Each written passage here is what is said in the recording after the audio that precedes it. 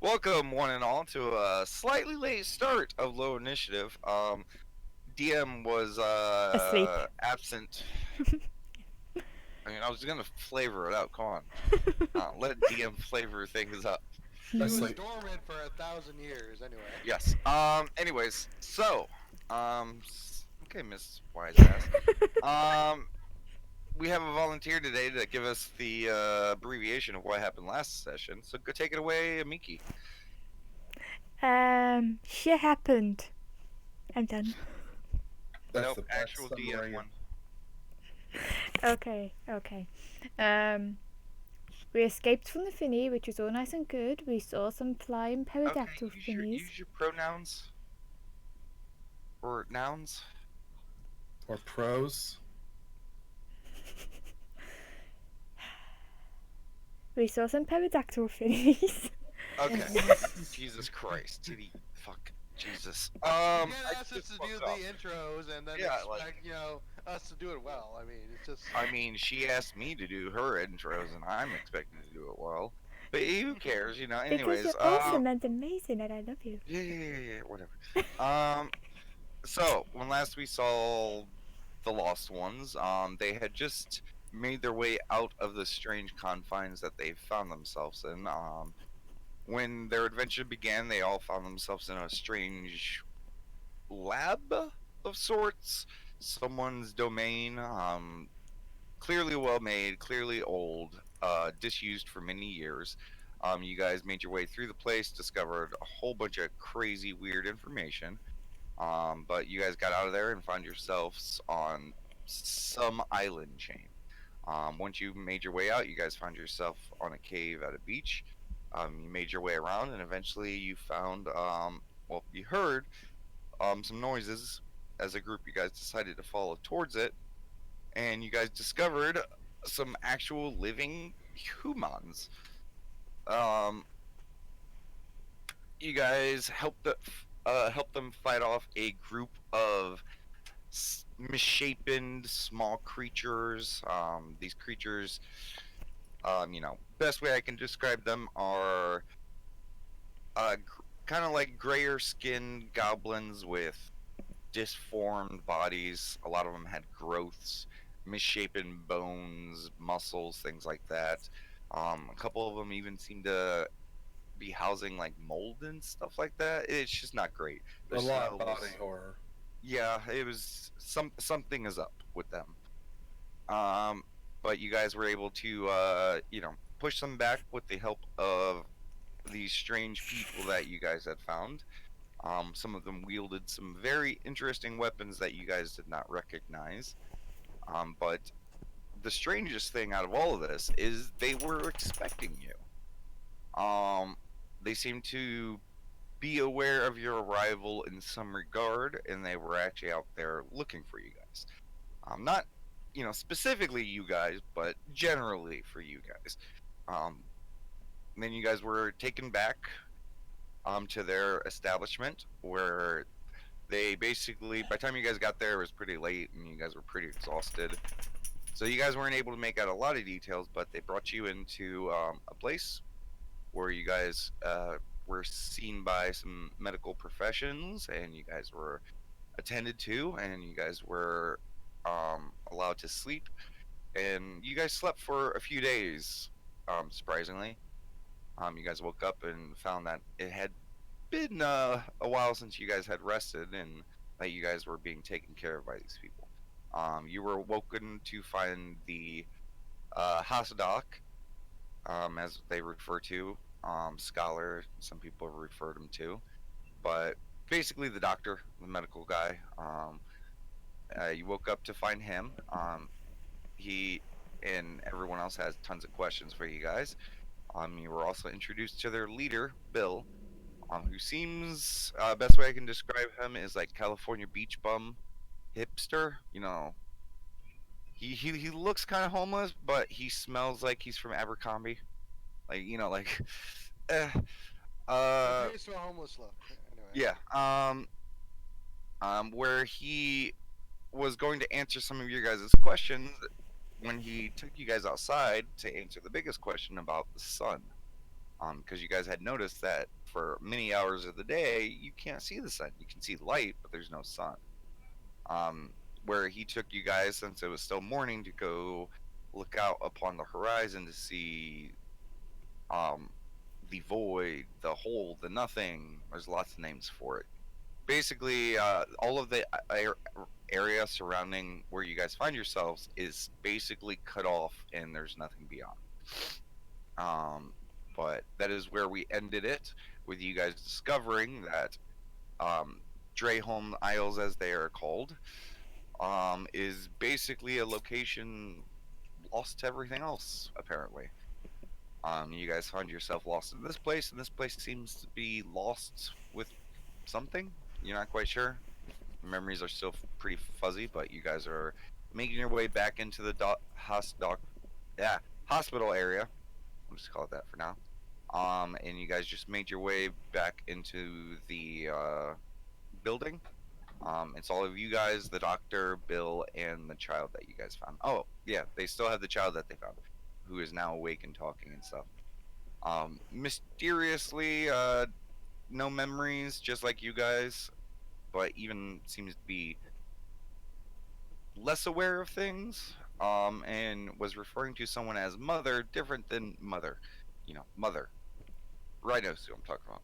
Yes. So, you guys have just turned around the corner.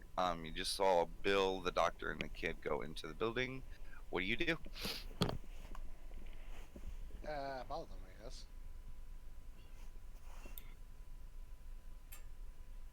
I am just taking a look at any and all the scenery just for like any form of, I know, detail. Like, I'm trying to think, style of the buildings, how the people act like around, if I see people around and stuff. Same thing.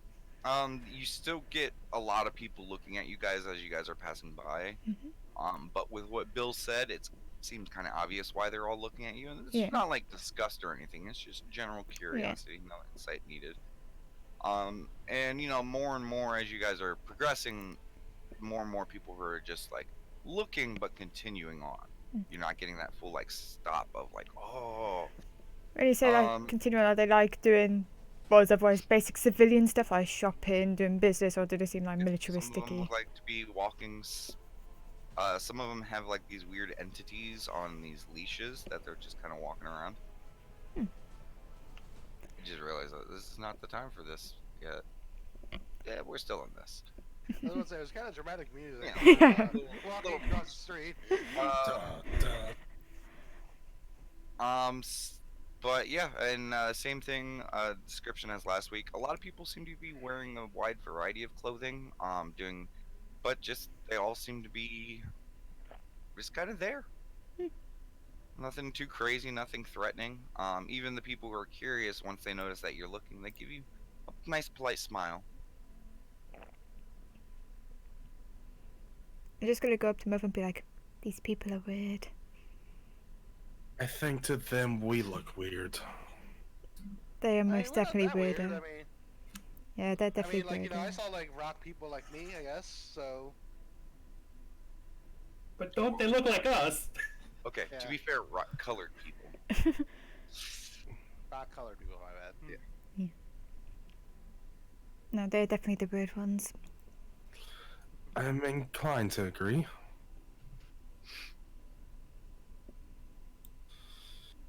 But you guys make your way inside. Okay. There you guys see your beds. As soon as you guys go in, Bill, once you guys start, the last of you guys get through the front, the door to this building, he looks over at the doc. Hey, Doc, do you think you could? And he kind of like gestures towards the boy. And he's like, oh yeah, I can do that. You guys probably need a moment to talk. Just don't forget my questions. And Bill looks at him. He's like, okay, yeah, definitely. And the doctor goes to turn, and he's like, hey kid, why don't you remember that what I promised I would show you? Okay, yeah, I'll show you that now. And he just kind of looks towards you guys, all kind of not nervously, just like giving you guys that look like have fun, that like, ugh. But he leaves out the door that connects, not the front door that you guys came in, but a different door that connects to the building next to the building you guys find yourself in. And him and the boy exit out of there. And as the boy's leaving, he's just kind of waving at you guys. Wait back. Yeah, way back, yeah. See you later, kid. Bye. I gotta go see the pets now. Conrad, sorry, I said Conrad. Rip. Yeah. Kestrel looks to one of the other members like, what's a pet? I don't know. Stone shrugs. I'm Stone, you know what a pet is. Or maybe I do.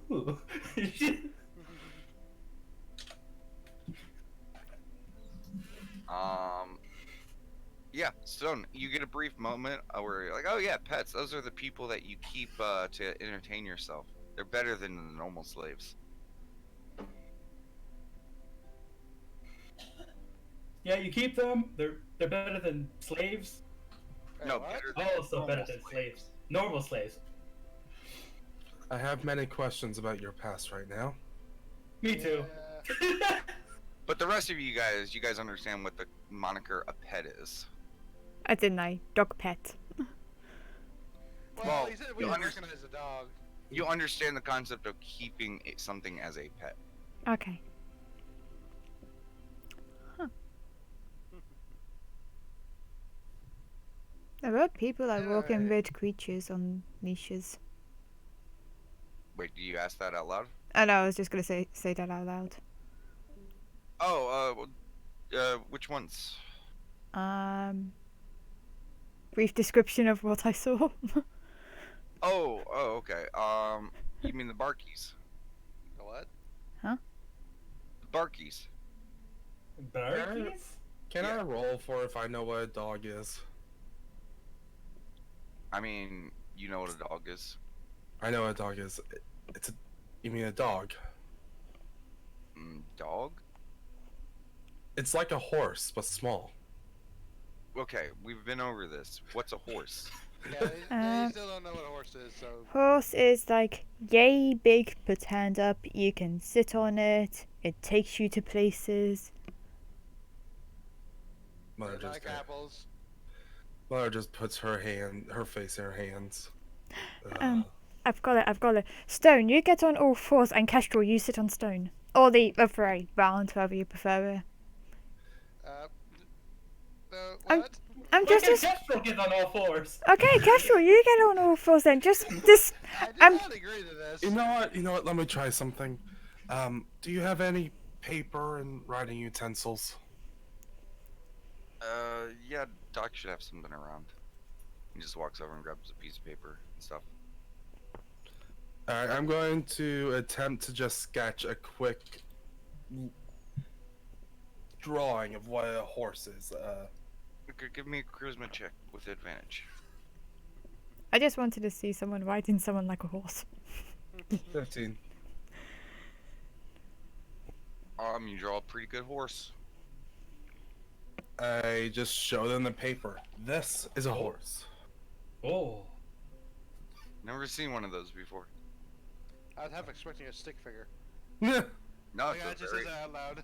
it's a very elegant looking horse. That's what a horse is. Yeah, they're just big beasts of, well, not really burden, but, for riding. Oh, kind of like our oxen. So you have Kinda, ox. We have oxen, yes. It's kind of like that, but like imagine they're a lot faster and like Not as strong, but, You could use them for like racing and such things. yeah. I transportation. mean, our oxen are pretty fast. You know what? I'm just going to assume that. I'm not going to assume that what I think is oxen is what you think is oxen. The name might be different. Fair So- enough. And he walks over to your picture and he makes the head a little bit wider of the horse and he adds horns. Okay, yeah, it's oxen. But you Not changed anything else? not 100% like an ox. Yeah.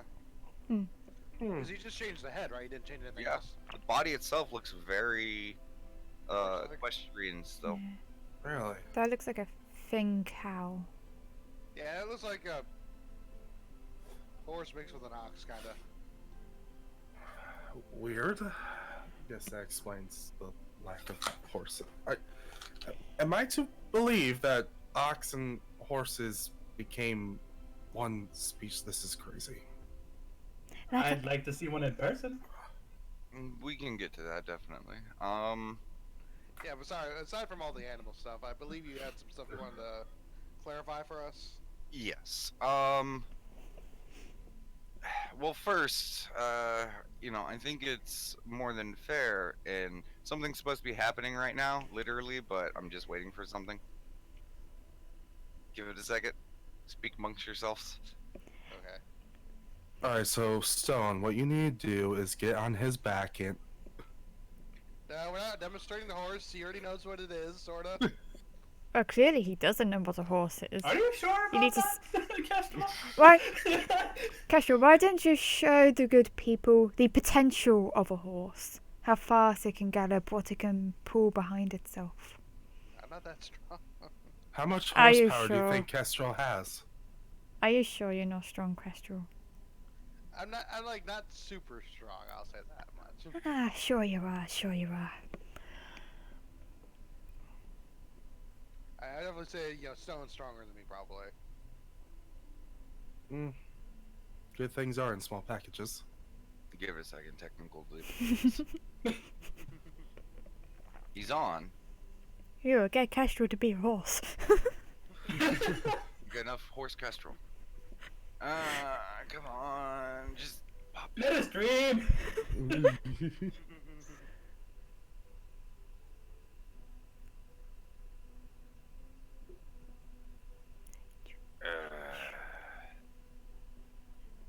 Yes, that's close to what a horse sounds like, but it's more like nah. We know. Well, first, before we continue, I have to ask, what do we call yourselves? Oh well, I kind of called myself Kestrel. I went by Mother, but I'm willing to a name change. It was just because I was taking care of the boy at the time. Scales, because I put my arms up. I'm scaly. And I got called Stone. We told you can change it if you don't like it. No, I'm okay with the name, but you're the one who's Stone. And she pokes you in your side.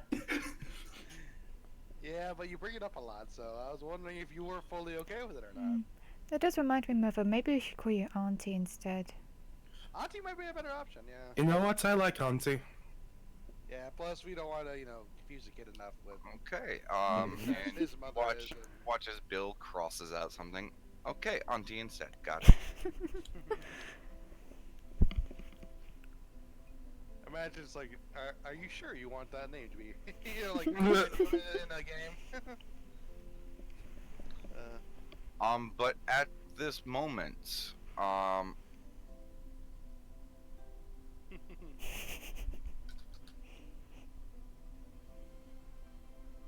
you do notice, some stirring coming from the back bed.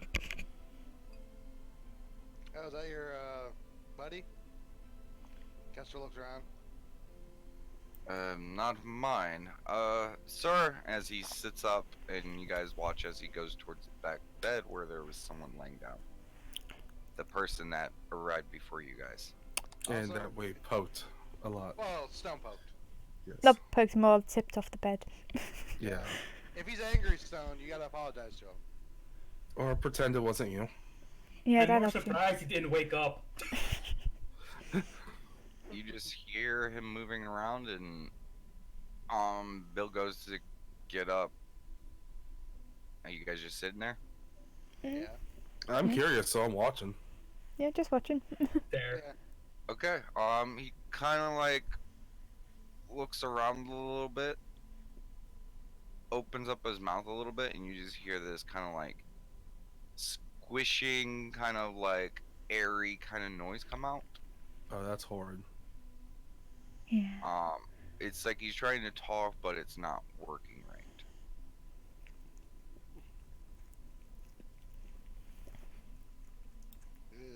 Is he okay? He's. Are you? Just, give me a second. And he walks over and he goes to a kind of a glass covered cabinet, and he pulls out a clear vial of something. Walks over, pours it into a glass with some water, just kind of stirs it up and takes it over to the person. Just drink this slowly. And the person weakly kind of grabs towards it and starts sipping on it. As I try to delay as much as possible as a DM, to get enough time so the person can get in here and listen to this stuff, but We know what, let's just take just have to. we're just gonna take a 5-minute break. Yeah, give but- it- Talk real slow. Have more conversations about horses. Like that's the key issue we have. We don't get double lost. We don't go in this Yeah. random city. It's like, how do you not know about the fucking horses? That has been our key issue. We didn't even we kind of breezed over the phone bit of things. Stone guy isn't stone. Nobody knows what a horse is. Look, I mean, the key issue for me was the sun. We've kind of addressed that. Now, next is a horse. You guys have not addressed it. Oh, we're gonna address it. You're gonna learn today. We're gonna address it so hard it'll be in a different outfit. Nice. But we will see. I'm gonna go grab something to sip on. Okay.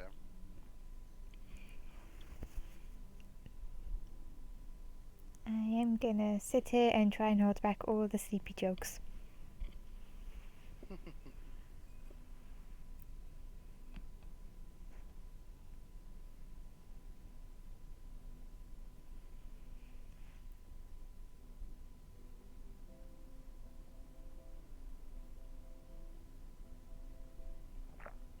This is very nice music. It is. It is very nice. And my nap. Yeah. Even though I already woke up from a nap, so. Yeah, you're not allowed to nap. No. Yeah.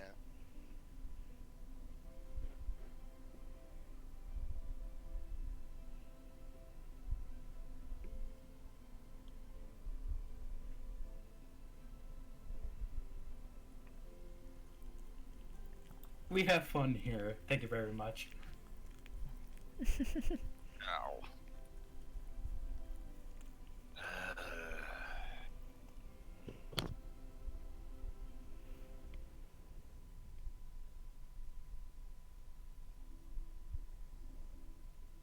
How you feeling? 8.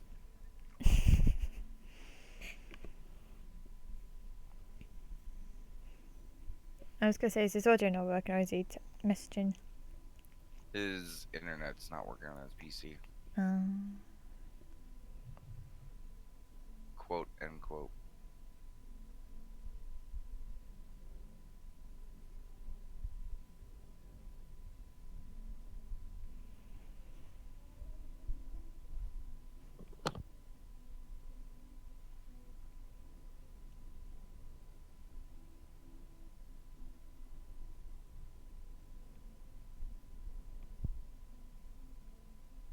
I really don't want to have to double down on exposition. Because that would be much longer than taking 5 minutes to wait. You want to have, a full-on check on that dude while, rest of us just talk about random things. Yeah.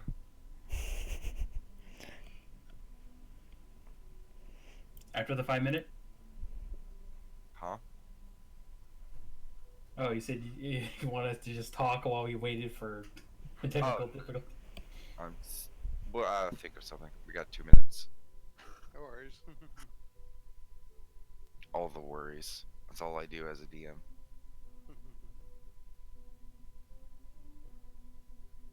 Scales, change to your portrait thingy.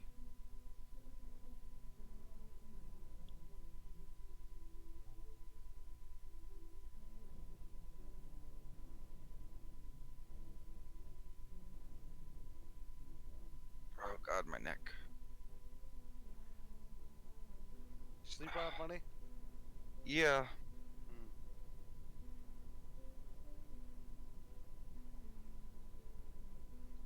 Feels like By it the really way- cracked. Oof. But by the way, I definitely like Auntie for Rise character. Seems like a solid name for her. I like that for our name. We just put quotation marks.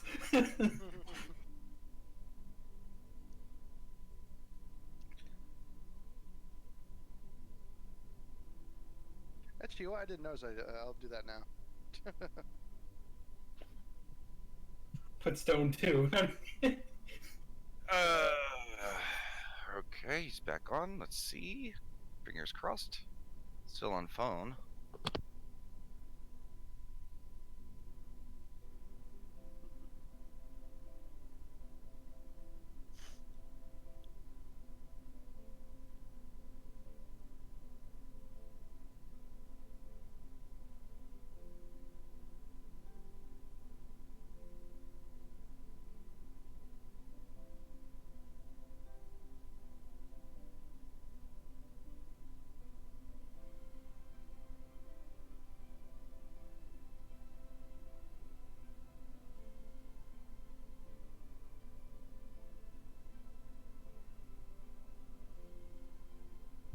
Okay, is everyone there? Mhm. I'm here. Yeah. Yeah. Just wait on Auntie. It's Auntie, actually.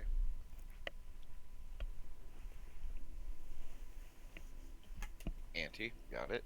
The only time we're raising an ante is if we're gambling, Mm. and we're not gambling. Or are we? Oh. Okay, just wait on Rye.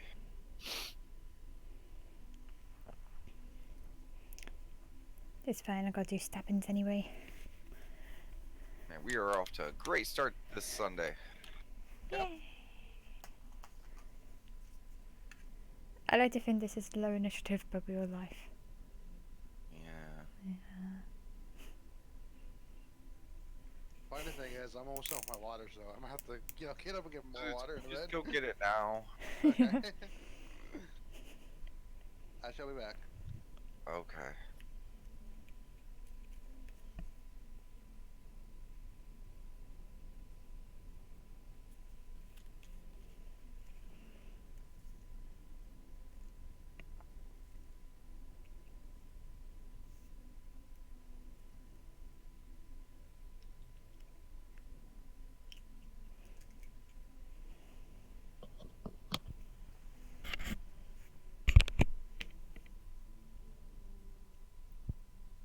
Just waiting on the Rye and the pour.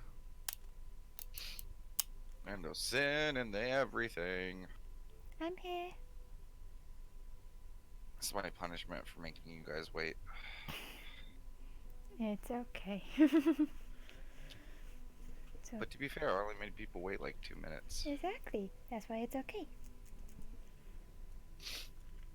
Honestly, I love how my danger sense deep in my shitty sleep was like, need to wake up now. Is that what happened, Beep, beep. Ethan? Okay, we Yeah, have a okay, now we just gotta wait for the boy. Sorry for taking a while. Okay, yay, okay. So we will continue there. You guys watch as he kind of slowly feeds this drink into the person's mouth. Person coughs a little bit, just kind of nods a little bit, and then he just kind of closes their eyes. Bill kind of looks at him. Okay, well, at least they're awake now. I think he might need a few to just regather himself. Maybe it's best if we have this conversation once they're a little bit more prepared. Okay. which is fine. We can we have other matters to discuss anyways. Though I guess it's fine for the kid to join us. Actually, let's just go grab the kid and Doc, and let's see if we can find you guys a place to stay this evening Okay. Okay. for the near future. Can we stay here? Well, you know, we like to keep this place open and available just in case, you know, with the earthquakes and stuff, you know. We like to make sure that we have beds in case people need them. How often are There's they? place here? Yeah. How often is there? Oh, the shakes, I mean, they're pretty consistent. They happen all the time. Some bigger than others. All the time being. You feel the ground slightly shake a little bit. Huh. Sturdy place to build a city. Well, it's the entirety of the place. It's been like that since, I mean, since the beginning of time. Well, our time at least. But anyways, yeah, if you would just follow me this way. Okie dokie. Okay. And you guys watch as Bill starts making his way to the middle door.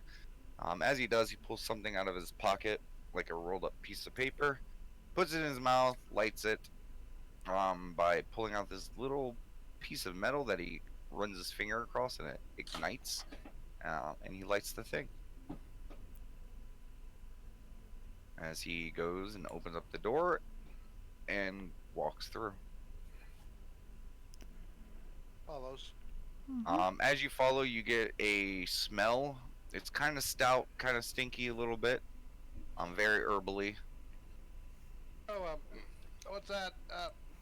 He's like kind of waving his like hand in front of his face. Oh, I always do this before I go into this room. What is it though? It's kind of strong smelling. Oh, did you want some? I mean, I don't know. He just passes it back to behind him. Is this more skunky or earthy? Very skunky. I guess my guy like, well, what do I do with it? Do I inhale it or? You just inhale a little bit. It's gonna make you cough a little bit as you guys are walking down this slight hallway in between these two buildings. To the left and right, there's windows that you guys can see outside.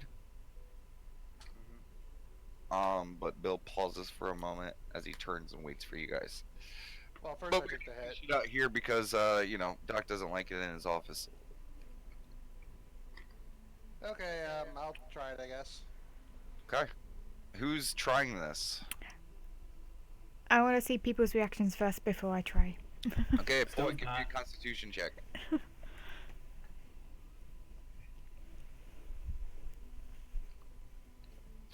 You cough.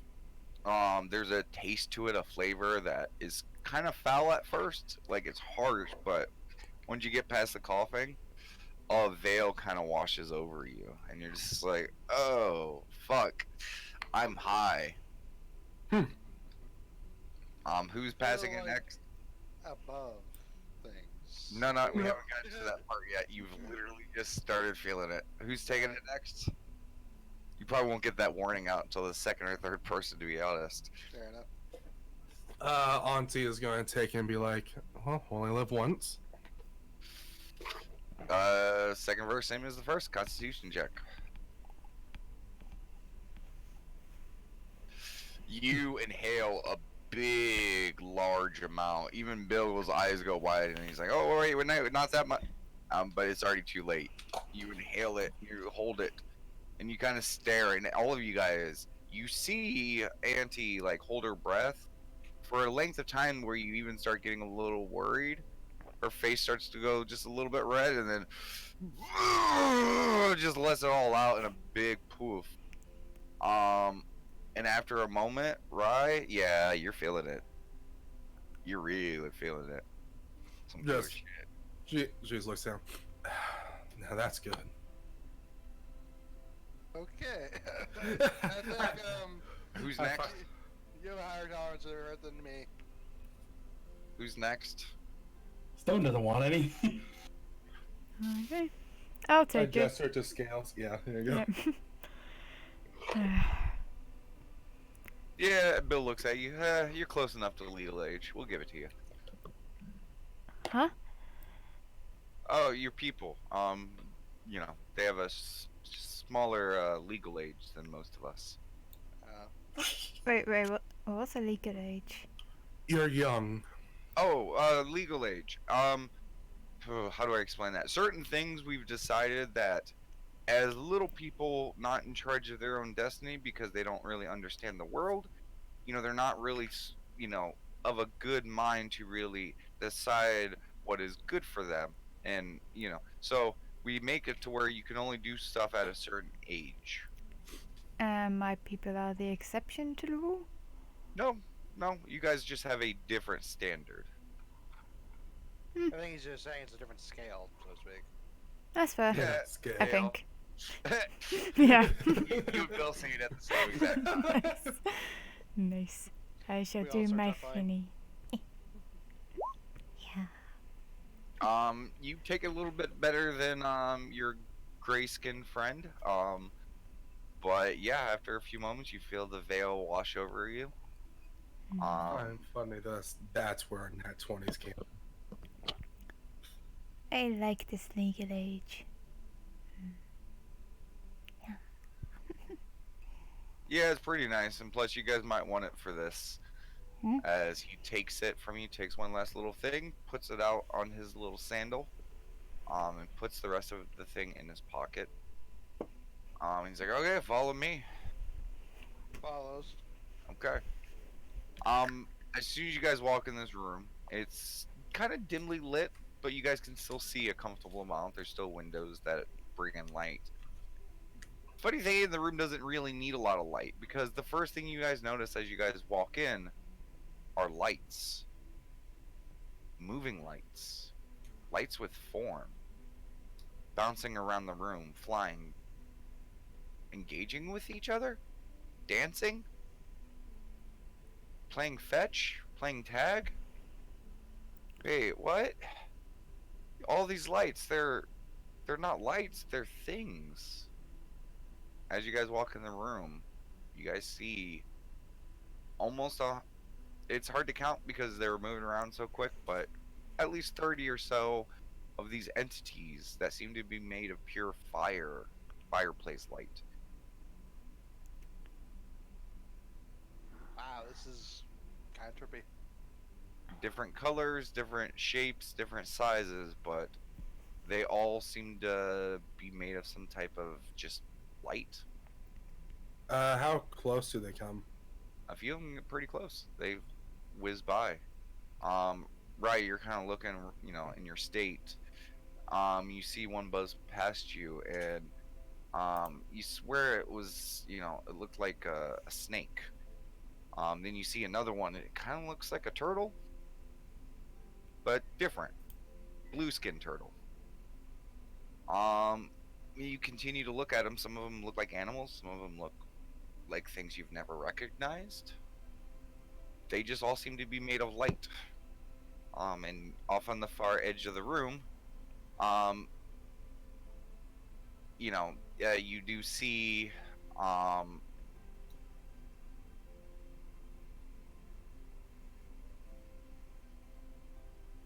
on a second. Ugh.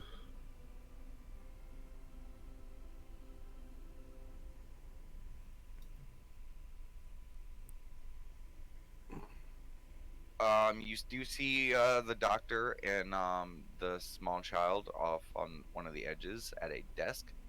And they seem to be looking at a few. So what do you guys do? What are they looking at? There seems to be a desk with these spherical shaped objects, and they seem to be just looking at them and talking about them. So, Bill, what are these things? Oh, these are the Pico Pets. Pico Pets. Pico Pets. I understand pets. Where's Pico coming? Oh, that's just what you know, person who just, you know, really worked with them called them. Great old. Give me a second while I pull this up because I'm doing like multiple layers of shit. Because you know why the fuck wouldn't I? The great old Chico Pico. No, not Chico Pico. Close though. No, that's what Scholar Slade called him. Slate. Sorry, Slate, not Slade. I was about to say we're going to get some Robin versus Slade here. It's Castro versus Slate. And as the town scholar, Granite has picked up the work. They're cute. Yeah, it's they're interesting. Hey Doc, as he kind of like just walks away from you guys towards the dock. The doc turns around. Oh, you guys are finished quicker than I thought. And Bill goes, we decided to wait for the other guy. He's awake now. Thought maybe you might want to go. And Doc already stands up and starts walking towards the other room. Okay, well, while he does his work, I guess I could take care of stuff over here. Yeah, these are the Pico Pets, as he points towards all the floating things of light. So, what do they do? Well, they've existed for a very long time, and it wasn't until a couple hundred years ago that, like I said, Scholar Slate, he started really taking time to study these things, and, we had always seen them for so many years. They appear during certain times of the year, in droves. They seem to fly around. But for the most part, they keep to themselves. Other than that, they just kind of seem to play and fight each other. Am I able to do something like animal handling? Because I just kind of want to stick a finger out and see if anything lands. Okay, you stick a finger out, one walks over, or one flies by you, and your finger goes right through it. Oh. I have to ask your oxen, horse, not horse fin. Is that one of these? Oh, no. Okay, so there are animals, and Pico Pets. Yeah, I mean, you saw the animals outside. You did. The creatures that they were walking on the leash, they were definitely not like this. They were Okay. physical. Actual animals. Yes. Okay. Huh. Yeah, but one thing you discovered is that Bill looks over and he reaches towards the desk where the kid is kind of like messing with these spherical objects. He discovered that this special stone, they like to dwell with inside, so he started making these for them, and after a while, certain Pico Pets started living in them, and about 200 years ago, we started using them to basically bond with and play with. They seem to enjoy it, so we do. So you kind of keep them as your own natural pets then. Sort of. It's they have a will of their own, and some of them more willful than others. But once they seem to, get picked by someone, they seem to enjoy it.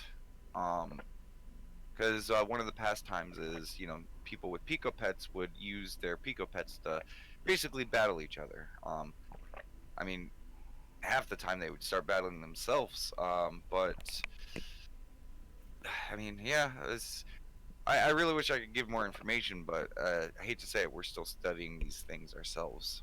Like, is it a thing where you capture them and then battle others, and there's some kind of like, I don't know, merit of winning, like a badge? Well, not so much badges. And he kind of scratches his chin. That's a clever idea, but no, they seem to grow from it. I mean, they get stronger definitely, but the more you battle, some of them even change form. They evolve, so to speak. It would be more of a metamorphosis. Yeah, Sure, yeah. technically we refer to it as a metamorphosis. But yeah. So is there such thing as a Pico Master then? he kind of pauses for a moment. I guess that would be Doc Grunnett. Hmm. I imagine people want to be the very best if there ever was. Yeah. And collect every Well, I single mean, one. you know, to be fair with you know, a lot of our TV and stuff like that, you know, we're struggling to keep kids interested in it. Which TV? Oh, and he walks over to the one of the corners of the office where you see this box, and he walks over and kind of pushes a switch on it, and you see it light up, and you see a group of people sitting around, and it looks like a family setting, and they're just kind of talking back and forth to each other. Just a lot of jokes back and forth. It's like a father, a mother, and their child. And you know, like they're kind of talking and stuff like that, and it's just they're joking a lot. So it seems like the kid is in trouble. And people will make a joke, and it's weird because you can hear in the background like other laughter and clapping, like during the jokes, and you know, just kind of repeats. It's like that. No, it sounds like it's like that one picture, but in a box. I have a question. How do they get them to fit in the box? Yeah, so are these like Pico people? Like, do they put them in boxes instead of stone? I know, right? Bill is just like staring at you guys, like, "Oh, wow." I have a He question. kind of looks where the doc left, reaches in his pocket, lights up the thing again. I have a You're question. killing my buzz, man. Why don't you put the Pico pets in the box and then Okay. battle them? All of you guys. Pico Pets like a certain type of stone. He walks over to the thing and he pulls out this kind of like reddish chunk of rock. This rock, they go inside of it, and they seem to sleep there or live there. Is it white on the bottom? No, it's just red. And then you know, like because the stone and it can chisel and break, we carve it into the spheres, and then we put them in these Pico balls. And he walks over to the desk and shows like this little like metal cage thing, and he says we basically just put it in there. And some people like to design it and stuff, and you know, make it colorful, but you know, that's a Pico ball. Okay. It's just a metal cage, kind of. It's solid metal, kind of just goes around the rock. So is that kind of what this is? And he kind of points to the TV. No, those are TV stones. Some people call them memory stones. How do I explain this? You a put the great memories of dead ones in the stones. No, they don't. I knew it. They don't have to be dead. Okay, maybe he walks over to a chalkboard and he pulls out a piece of chalk. He draws a circle, and then another circle. He's like, okay. So besides those red rocks, long ago, the sage of our people, one of his wisdoms that he gave to us was the knowledge of the stone. And one of the stones that he taught us about was these rocks. You know, we've had different names for them. Most people call them memory stones, but he told us that if you take a certain type of crystal, you affix it to the stone and do things in front of it. It has to be a shaped crystal, and you got to make sure that it's, you know, what you're capturing is on the right side. You know, you got to make sure you angle it right, because whatever this this crystal lens picks up is what the stone picks up. And the stone, very, very tiny little bubbles form in it, and it creates images and holds the sound. And once you record it all onto the stone, then you can take that stone, reverse the process, and pull all of that off. So, and he points to the TV. So then we can make it to where what people or the stone saw you can see. Okay. Let me see if I follow. So memory of the stone projects images. Sort of. There's also the electricity and stuff that helps. I with look over to picture stone. and stuff. All right. Try projecting an image. What? Wait. You're supposed to be asking Crestral. He's the stone person. I just Okay. like. Oh yeah, right. Kestrel's a stone person. Stone stairs too. Okay, it's a certain type of rock. Yeah, I don't think I'm that kind of rock person, lightweight. Am Ah, I? Are you sure. sure? Yeah, We sure don't know you until we are. try. Try, go. Actually, he's actually made of mostly flesh. I mean, their people's skin is a little bit tougher, but definitely not stone. Oh, so I'm not actual a rock person then. No. Okay, thank God. Then you need to change that name. That's really confusing. Oh, okay, everyone, sit down for a minute. You guys are killing my buzz here a little bit. And he's gonna wait for all of you guys to sit down. I am not sitting down. I'm just like looking like an excited child getting all this information. Okay. First things first, okay? You guys seem to be missing a lot of information. Clearly. Let's just say over the last 2,000 years, our technology has advanced pretty significantly. You guys are probably going to see many things. So I think I should start with the basics. He walks over to a cabinet and he pulls out this black rock. Okay. This is what we commonly refer to as juice stone, power stone. There's a lot of names for it. This rock, if you apply heat or a spark to it, it will hold on to it, take that energy, and also enhance it. We use this to basically power a lot of the things you guys see. As he points to like lights and stuff like that that are affixed to the walls. You guys remember the other lights and things that you guys have seen around town. So you take that stone and you batter it with electricity. Or fire, yes, and it retains that energy and can actually enhance it. So a little energy goes in, a lot more energy comes out, and you can also store it.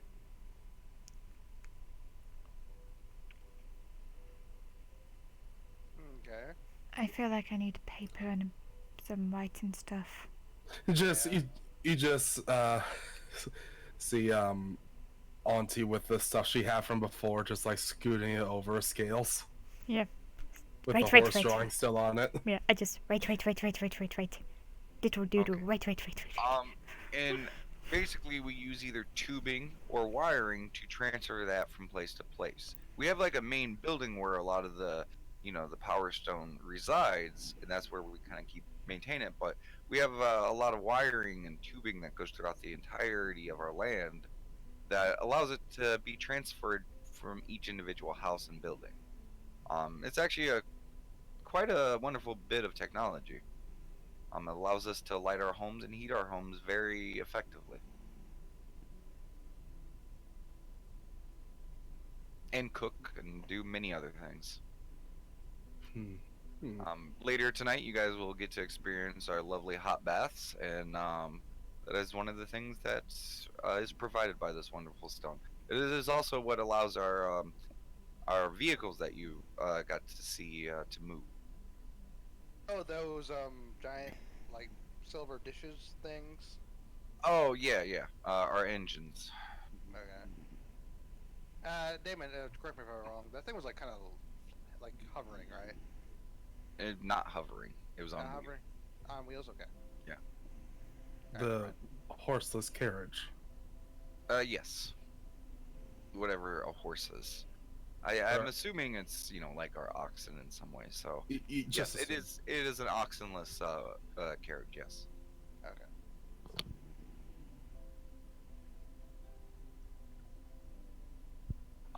And just to let you know, these Pico Pets are different from all of our other technology. We have it's a more recent discovery of what we know of those.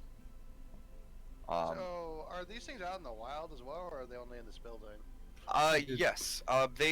When they're out in the wild, they seem to only come out during certain times of the years.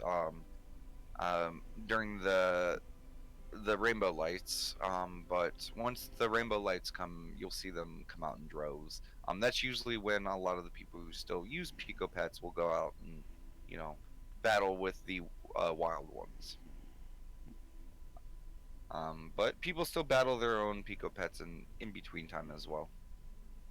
off topic. The name Wild Ones is pretty cool. Okay. Noted. When's the next rainbow fin? I mean, we just had one about a month ago, so it might be another month or so. Monthly occurrence. Sometimes it takes longer. It's kind of random, to be honest. But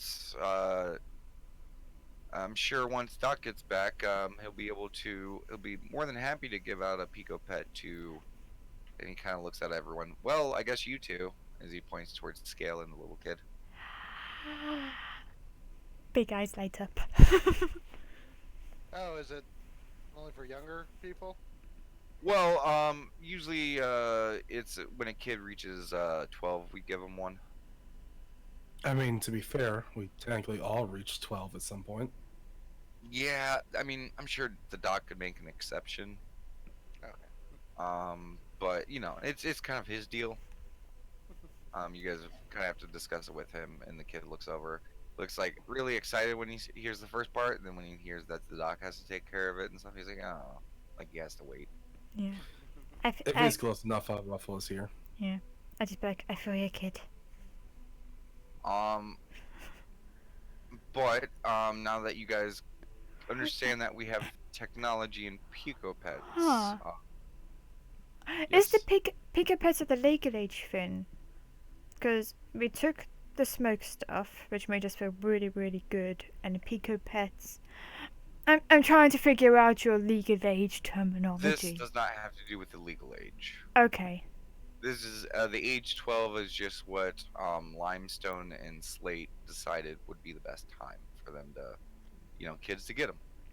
Recommended time, okay. But we've turned it into kind of a tradition over the last few hundred years that, you know, once per year we gather all the 12-year-olds and we bring them out and, you know, we give them their Pico Pets. We've had fewer and fewer turnouts though over the last few years, especially with Well. Pico Pets Go going on. Well, you know what they say about tradition. It's just peer pressure from dead people. Pico Pets go? Yeah, some people have decided to turn the whole Pico Pets thing into like a quick time little, you know, like a 5-minute little show thing that happens every once in a while, and yeah, the kids seem to enjoy that much more. You know, it's a lot less effort to enjoy, you know, Pico Pets.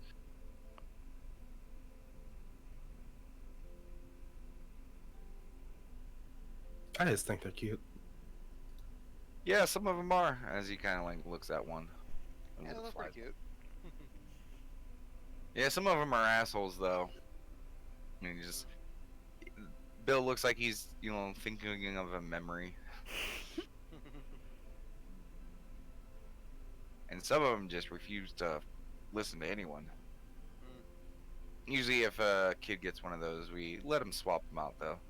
Okay. It's something pre-chosen? Well, we kind of set all the ones out that we have already in homes, and we just let, you know, the kid pick one. Okay.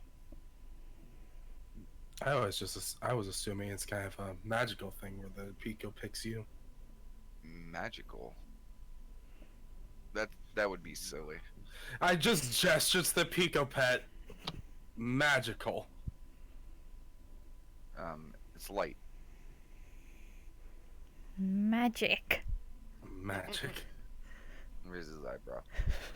This is a very strange world you must come from, because you throw around that word like it's nothing. I'm just I gonna mean, look it's at him and look at a Pico Pet and look at him and look at a Pico Pet. It's like, what the Auntie is literally doing, is this a pigeon meme? To be fair, you all just made the same face when I turned on the TV.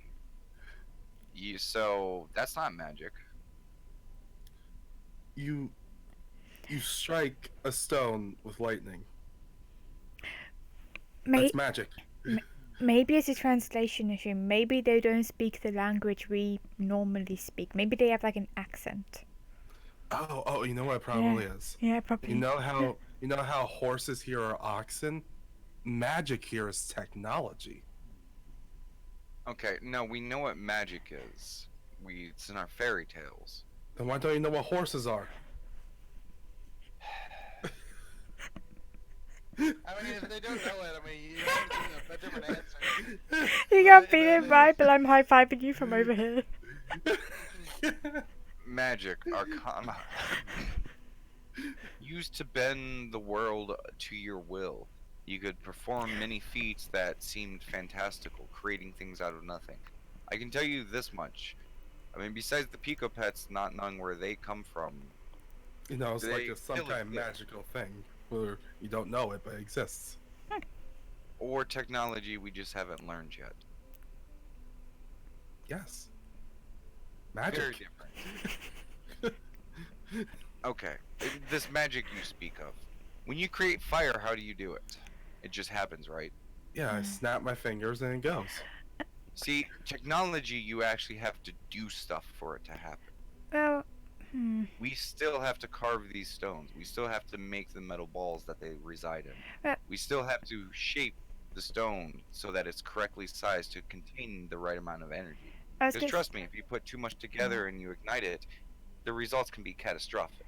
I was gonna say, I still have my bag and it's got all of my stuff in it, right? See, Yeah, cool. I bring out one of my sticks and be like, okay, you see the stick. yes, It- it's a stick. Now, technically, no, it's a bond, but me and Auntie found out that it no longer works. But you know, you do a swish and a flick, and stuff would happen. He looks down at the stick and he looks back at you, then looks back down at the stick, then back at you, and he's like, uh-huh. And what you would do is you put some of your own magic into it, and it would pew. Like this. And I just like hold it, and I just like, and then, whoop. And I just like hoping something works so she doesn't look like an idiot. You look like an idiot. Yeah, like that, The but raised no. eyebrows Yeah, but- towards you both. Just goes, okay. Maybe whatever happened to you all, maybe just, I don't know, scrambled you up a little bit? Maybe that's what's going on here? I'm not an egg. I mean, sure, again, maybe this is a conversation left for, certain audiences as he kind of looks towards the kid. He's kind of enamored with this one Pico Pet that just seems to be like a blob, just kind of moving across the desk. He's just kind of like head, his elbows and hands are flat against the desk, and he's like laying on it with his chin on his hands, just kind of watching the kind of mucky kind of creature just go across the desk. I'm gonna be honest, this blob one's my favorite so far.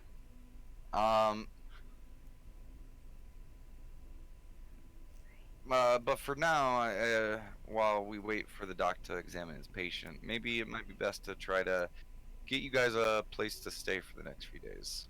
At the Okay. very. Be eager to try one of your hot baths, you said. Yes. Hey kid, and he kind of walks over to the kid. Do you want to follow us up? Follow us. Gonna go look for your new home. And kid like continues looking at the mucky creature a bit. Okay. And he stands up. And he walks over to Auntie and stands next to her. Ruffles hair. This is my only way I know how to commute with kids in real life. Fair. Kid Oh, goes, by the way, she's calling herself Auntie now, just to let you know, kid. oh, okay, Auntie. Yeah, I figured it'd help with less confusion. Okay. Who is confused? Well, you were talking about mother, and then, I was being called mother, and, She was confused. Oh, okay. I'm sorry I confused you. No. It was just to make things more clear. But Bill begins to exit out, not the side door, but what you assume is the front door of this building. And he steps out. As soon as he opens up the door, you guys see the light coming in. Yeah, he just kind of steps out. Follows. Yeah, keep pace. Okay. he continues through, and you guys are met with the same kind of greeting. People still giving you guys a lot of eyes of like, ooh, shiny. But you know, like it's like they're still keeping their distance, going about their work, you know, daily life stuff like that. You guys proceed down the road. You guys do see a few of those vehicles going up and down the roads. Almost everyone you guys pass as you guys are walking around the street acknowledges and talks to Bill, and you notice that he calls every single person by name.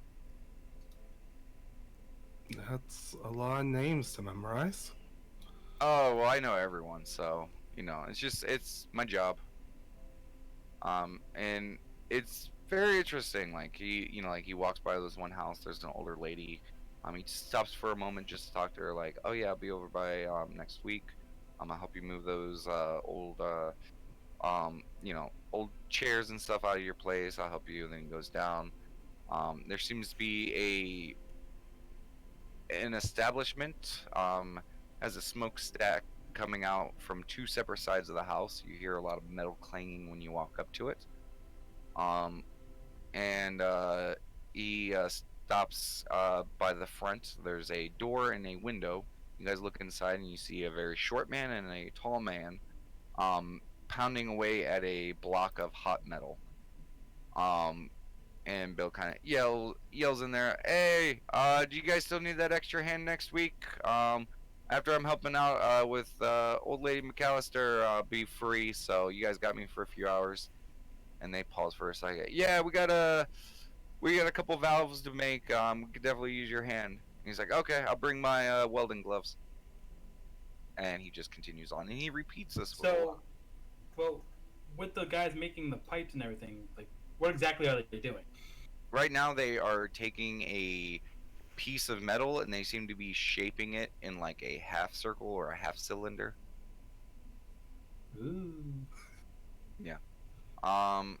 Very interesting. When you look around, you do see a lot of tools and stuff that you can identify.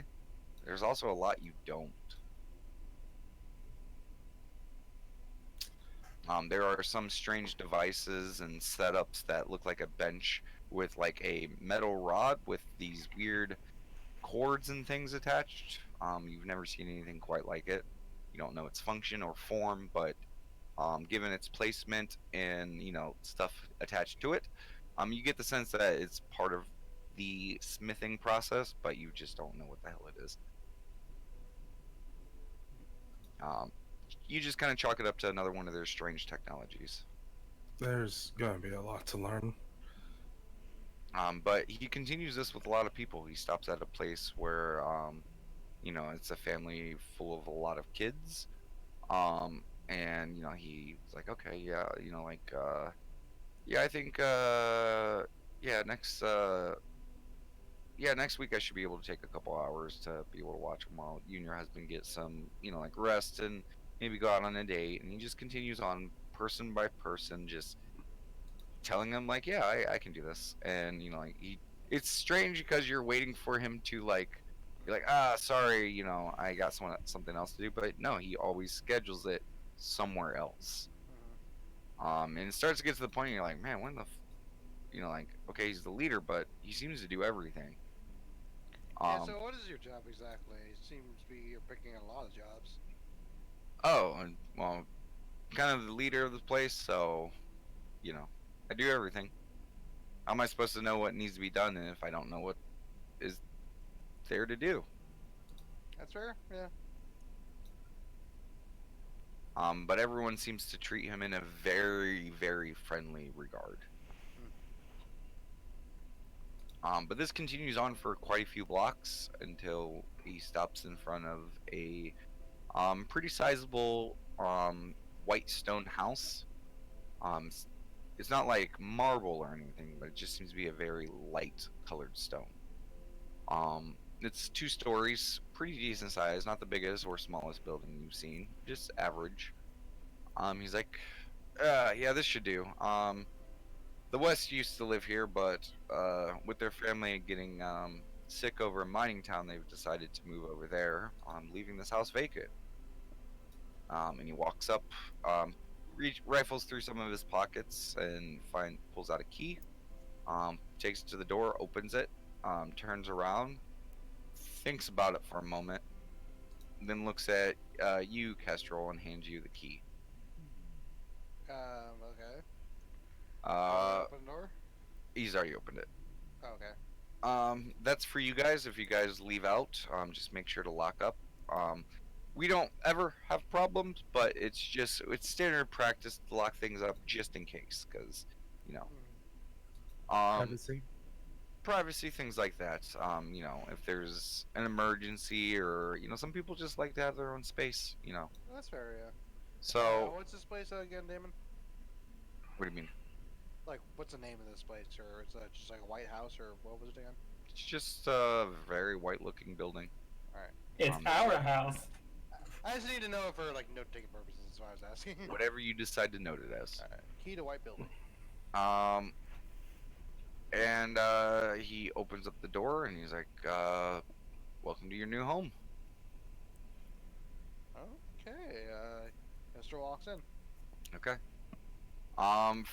First thing you guys see as you guys enter is a set of stairs that starts working their way up, about 6 feet away from the entry point of the door. To the left, it opens up into a living room. That back away, kind of, past the stairs and everything. There's a section where there's a wall with an open, not a door, just an opening, like door-shaped opening that seems to venture off deeper into the house, with stairs going up to the right. And Bill brings you in. He goes towards the living room. It is fully furnished. There is a nice fluffy couch with a table in front of it with a few extra chairs. You see another one of those TV boxes in front of the couch. Do you guys follow him? Mhm. Yeah. As you Yes. guys make your way into the living room, the wall kind of section where there's the little doorway leads to another room with a large table with lots of chairs around it. And as you peek to the back, you see what appears to be a kitchen attached to that.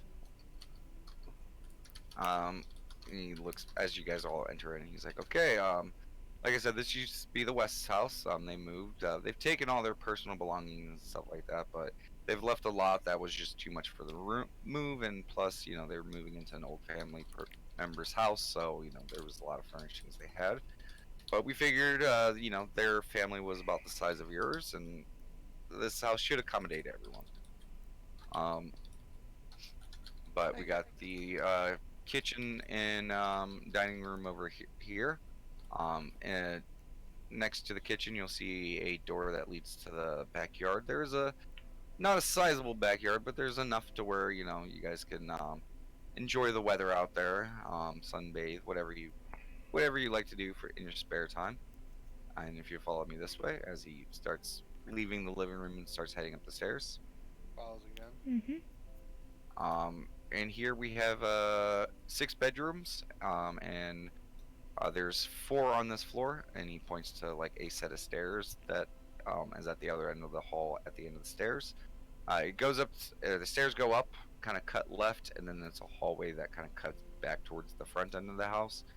Towards the front end of the house, there's another set of stairs that goes up for another kind of attic area, where the attic has been fitted to be kind of like a room, which is kind of divided in half. But there are 4 rooms and 2 baths in this place. 1.5 bath. I assume the masters would have the full bath. Masters. Don't houses usually have master rooms? Oh, I mean, family rooms usually, maybe the parents. But no, this house was actually designed initially for a communal living experience. Okay. There aren't always people who have kids and stuff like that, but sometimes it's easier just to live together so that, it's easier to cook, for 5 people sometimes than it is for 1. I want to slip away just to like get to the upstairs attic-y room. Okay, Yeah. And be like, you do so. cool. You just walk up to the attic. I claim it. Okay, which one? The front or the back one? The back attic one. Okay. It's like, this one's mine, as I just went upstairs. Kestrel will claim one of the ones on the, I guess the normal floor. Okay. And since Scales, you were the first one to run away excitedly, the kid initially dashes in your direction as well. Yeah. I'm gonna follow the two children. You watch as the two children claim the two attic rooms. I'm gonna feel around the house because I don't think I've had a house before. It's like, oh, oh, that kid is like. And the I'm other definitely 4 looking at it. rooms that are on the floor with the bathroom are all equal sizes. Yeah, so I'll just pick one of those rooms. Okay. You guys, So, just to clarify, is there a ground, a middle, and attic? ground, second story, and then attic. Okay, so I'll take a second story room. Just because, like, we got the best floor. Still doing the same, but she's just taking her time about it. Just, oh. Kid looks at you and he's like, "Really? We got the best ones?" I think so. No, Yeah. I know so. Yeah. Yeah. He's just kind of poking around his room right Yeah. now. Yeah, I'll poke around. While they're poking around, I just come downstairs to where everyone else is like, alright, the kids are enjoying themselves. Aside from the furniture, the bed, stuff like that, there are freshly folded, clean linen on all of these beds. It looks like someone may have dropped these off for your guys' arrival. Your beds do need to be made and stuff like that, but you guys do have a nice bed, springy, with some fresh linens. Cool. Kestrel will make his bed, so to speak. Okay. Whoever wants to make their bed, they can do it. I'm sure the kids just kind of spread it out in layers. I'm gonna do mine poorly, like I do one corner, I do another Yeah. corner, and that corner pops out, and then I do another corner, and that corner And then pops after out. like 3 attempts, you just give up and just lay it all out there. Yeah, yeah. I have a question.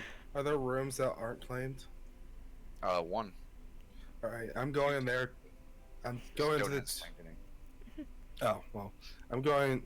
Whenever Stone claims the room, I'm going to the other room, taking the pillows and putting them in my room. She's not really claiming anything. She's just kind of wandering around the house. She's really admiring the couch, like, oh. Like hugging it, like feeling it. You come down to find Stone face first in the couch, just hugging one of the cushions. I have many questions, Stone. It's like a stationary horse. It's like, Right, you stare at the couch. It is neither horse-like, is stationary. Very much, Stone. Have you picked a room yet? No. She's just feeling the couch. Like, what does it feel like? It is some type of fabric. Think of era circa 60s, 70s couch. Maybe like wool. Oh, so we're going a bit shag here. Not shag. Just, like a lot of them were like the cross patterns. Okay, I see. I know what you're talking about. Nana had one of them. Slightly pastel in colors. Yeah, something your grandma would probably have. Something groovy. Or they thought might have been kind of hip back in the day. Anyways, yeah, it's comfy though. Place is clean and stuff. Actually, now that I think about it, go ahead and roll me a D4 stone. Sure. 1. Okay.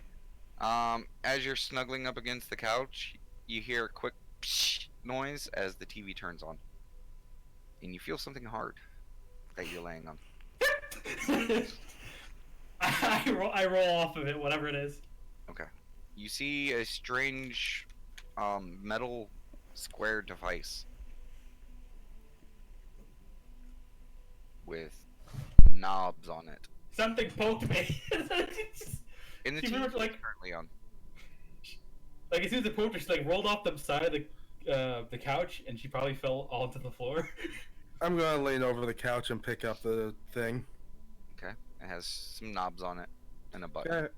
Can I roll a intelligence to be like figure out like, oh, this connects to this? I mean, not really. You just kind of click, click, click, and the TV changes. Click, click, click. The TV change. You know, it doesn't take much. Oh, got a clicker. Hey, what? No, it clicks. It changes things. Clicker. It does That's click. true. I'm just gonna Currently, it is showing a weird setup of some type of sponge-like puppet. According to the Immediately backdrop, changes it's channel. okay. It seems to be people who are just cooking and showing how to cook. I don't know what it was. Just the look of that sponge was annoying me. It did look quite annoying. I just So- kind of tossed the clicker on the couch near Stone. So it's like, I'm sure it will be remembered for years to come. And then it just stares at the cooking channel. Or whatever she's looking at it on the screen. Just two people cooking. I'm gonna start heading back up and go, Stone, if you don't pick a room, I'm stealing your pillows. Okay. She goes upstairs. But she's still eyeing the TV, so she's not like paying attention to where she's going. Okay, you trip on the stairs a few times, but within a little bit, you guys claim your rooms, get them all set up. Bill is still in your guys' house. He's just kind of watching as you guys kind of like set things up, stare at stuff, poke at stuff. After a few, once you guys start getting settled, he's like, okay, if everyone could come up to the full bath. Follows. Okay, I'll be there in a second. Does everyone go? Sure, yeah, might as well. When you guys all arrive, he standing in the bathroom. He's like, okay. Just let you guys know when you guys go to take a bath or a shower. Left one is hot, right one is cold. The hot can get very hot, so just adjust it. Wait a second, see what the temperature is, and then adjust it. Don't keep adjusting it, or you could burn yourself. Question, do we know any of what he's saying? He's literally showing you these knobs. Left Okay. one hot, right one cold. I have to ask, is this a legal age thing so the kids don't know how to use it? No, this is a don't burn yourself thing. If you burn yourself, I mean, hey kid, and the kid kind of like, yeah. Say you really wanted a cold bath, which one would you do? He's like, the right one. If you really wanted a hot one, which one would you do? Left one. If you wanted to check the temperature, change it and wait a second. And then Bill looks at all of you guys. He's like, you guys got it, right? Yeah, I think Okay. so. I have a question for the DM. Okay. Is this an American bathroom or a British wet room? This is a bathroom. Yeah, Right now, wet room. I don't even know. I'm the British one. I don't know what you mean by wet room. We just call it bathrooms. Sorry, it might be. A wet room is kind of worse. The entire room is better for disabled. Whatever. I have a dream bathroom in real life. Okay. Okay. Well, Okay. it's not a green bathroom. It's a bathroom. Yeah. Okay. D&D, how you learn how to use a shower. Wet rooms are just nice. And Bill kind of looks at you guys. So, I'll give you guys some time to settle in. You know what? Maybe it might be best if we have the bigger talk tomorrow. Once you guys have some rest. I still got to see what's up with the other guy. See if he's ready to talk. Because you guys seem to not recognize him in any right way. So I would like to see what he has to say, maybe before hearing your guys' side of the story. Okay. Yeah, that's fair. For tonight for food, you guys don't have anything in your pantries yet. But you guys can make your way to the eatery. It's very easy. If you guys just make your way back up the road the way we came, up to the dock, place is literally the building right across the street. Okay. Um, Uh, you should see people gathering around there around like dinner time. I also have a question. How about currency? How can we go about making such a thing? Currency. Well, yeah, like we gotta purchase like food at the eatery, right? Oh no, we don't. How do I? We don't have exchanges. I mean, you might do favors for people, but I mean, we work for each other. You scratch my back, I scratch yours. Not so much that. Everyone knows that we need things in order to live a comfortable life, so everyone's expected to at least do a part of it. Just kind of a queer eye. So, huh. Is that part of the talk tomorrow? I didn't think it needed to be, but I guess it does now. But like, what if I want something that isn't a need? Say more pillows or I don't know, renovations. I mean, people always need and want things. Why can't we provide those best we can? Back scratching. Bill starts scratching your back. Wait, who is it? Is he actually back scratching somebody? He's scratching your Well, back. Yeah, he hey, doesn't you know Yeah. what the fuck you're talking about. Oh. He gets in there good, as if you get the sense this is not the first back he's had to scratch. Other person's I'm back. He's really quick to, like, you know, like when you feel in that, like, oh, to the left, before you even say it, like he's already moving towards the left.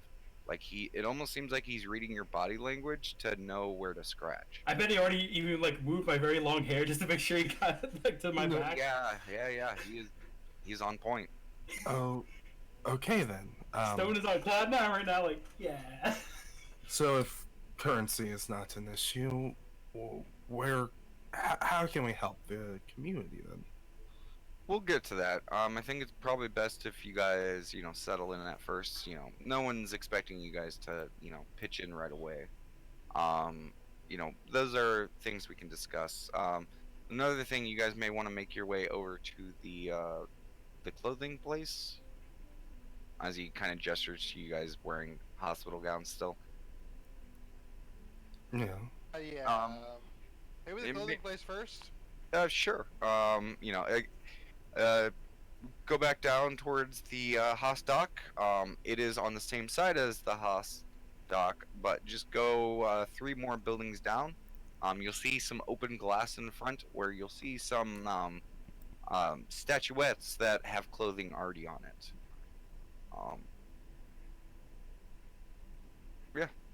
Anything else you guys might need?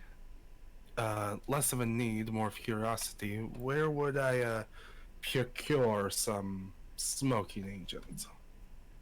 Oh, And, yeah, I just make the 2 fingers to the mouth cigarette.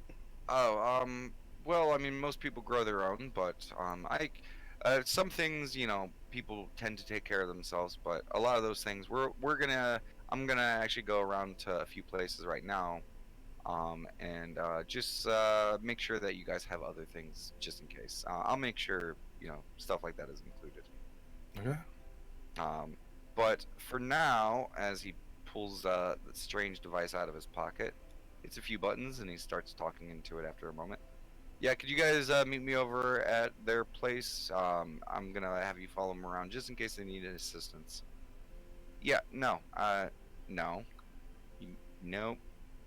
Nope, you do not need to bring your brothers. Nope. No. Yeah, just... Okay. Okay, fine. Okay. I'll see you when you get here. Okay, I gotta go before they get here. As he takes the device and puts it in his pocket. Some Hey, people we are still gonna don't be... know what that is.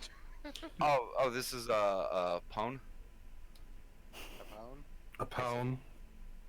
It's a device that allows us to talk great distances. It uses similar technology to the other stuff you've seen.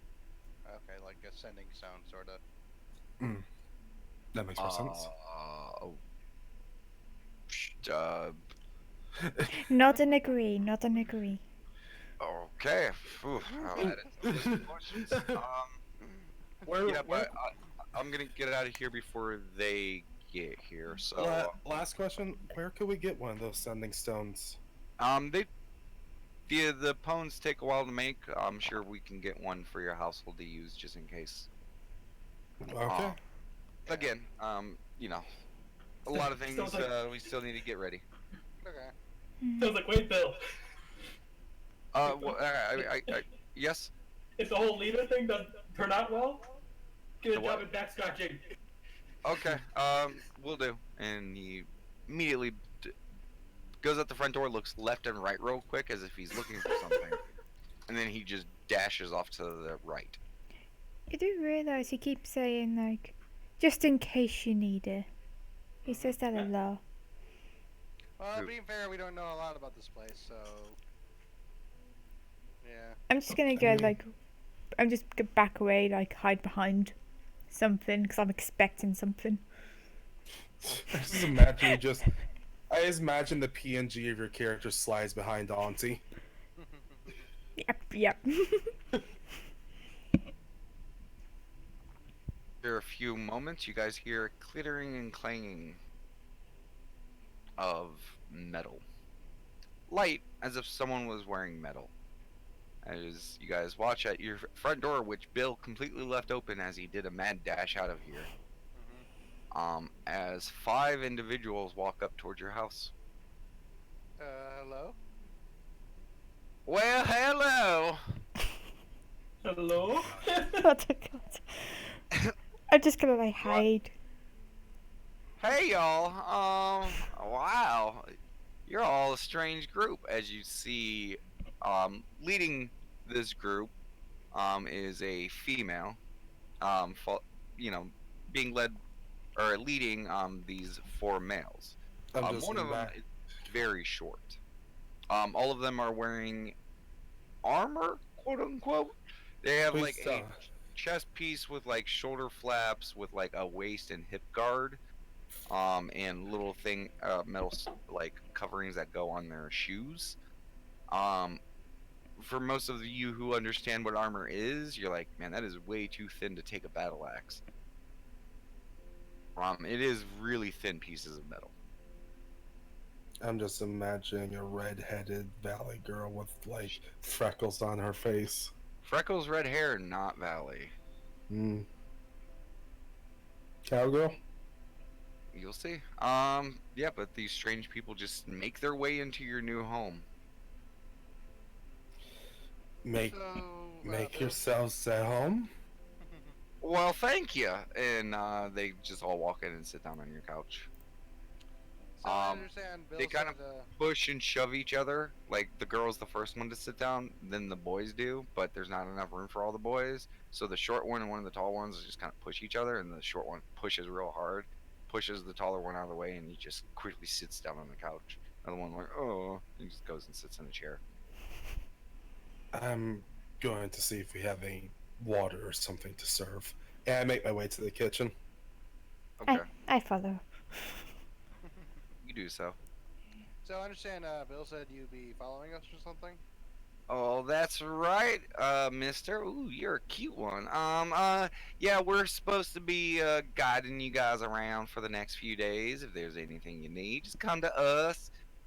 We have serious job to do anyways in this town, and it requires us to go around, so Bill just thought, why not just have us do it? Okay. Also, we would not shut up about meeting you guys, so we kind of forced them into it. Okay, so what will we call you then? Like, what's your names? I'm Josephine. This is Jed, as she points to the short guy. This is Jet. This is Jeff, and this is Jebediah. Oh god, I'm having flashbacks to when I was in Mississippi. Write those down. Yeah, I'm writing that down right now. While they're doing writing down, is there any water or something for me to serve? Okay. Give me an intelligence check. Me? Yeah. As you realize you have no fucking Nat clue one. innately. You have no clue what's water, what's anything. There are a lot of strange things in this kitchen thing that you've never seen. A giant white box that when you open it has just a serious coldness coming out of it. Piping all over the place. A strange flat iron thing with these weird coils on it. Like you don't know what any of this shit is. Yes, you are a medieval person dealing with a modern kitchen. I was gonna say, I'll just look over at this, I'm guessing, confusion on the face and random pitter patterns of everything. I'm like, are She you almost burned okay? herself. Do you need help? I don't. How does thing produce water? I just look and like, can I do an intelligence check to find out? Save time. You see what she starts messing with, and you go like, okay, well, she's already fucked with those ones. You just walk over to one of the few things that she hasn't done, start twisting stuff, Mhm. and water comes out. Okay. Just be like, Oh, It was a low DC, but someone happened to roll a one. You also take 1 point of damage from burning your hand on the stove. just have my finger in my mouth, just sucking on the burn. Ow. Another question: am I able to find glasses? or No. any form of container. No, place is pretty bare. Um, Girl's named Josephine, right? Yes. Yeah. You guys okay back there? We're Just fine, wanna we're sit down there fine. for a while. We're good. We found water. Well, it's okay. We didn't need anything to drink anyways. Plus, we got a job to do, so, we're gonna get right to it. You guys have any place you need to go? Yeah. Well, I was thinking probably get some clothes first off, because he points to his hospital gown. Oh, I thought you looked mighty handsome in that. But sure, we can take you over there. Also, maybe some cutlery and cups. Oh, I think Bill is taking care of your household amenities. Oh yeah. But, I don't know. I think something's up with that. You guys all show up and Bill disappears. And then she starts whispering with her, the other guys, and they just kind of go back and forth real quick. Yeah, strange, I know. Just like them aliens. Aliens? Yeah. Me and my brothers, we think those Pico pets, they ain't from around here, if you know what I mean. Wink, wink. No, I He don't. does know the what you mean. wink, wink, and also says wink, wink. We're not from around here. Oh, are you guys aliens too? Maybe. I look over at Scales. They all stare at you. I guys just while shrug you like, look well, I'm not together for a wrong. moment. I guess depends on your definition of alien. Oh, yeah, you're right. Like, what if we're all aliens to some degree? I mean, to be fair, if we're all from outsides, we're probably all aliens in this land. Yeah. I was gonna say, out of curiosity, has this kid been down here all the time, or has he been upstairs still? He's been upstairs the whole time.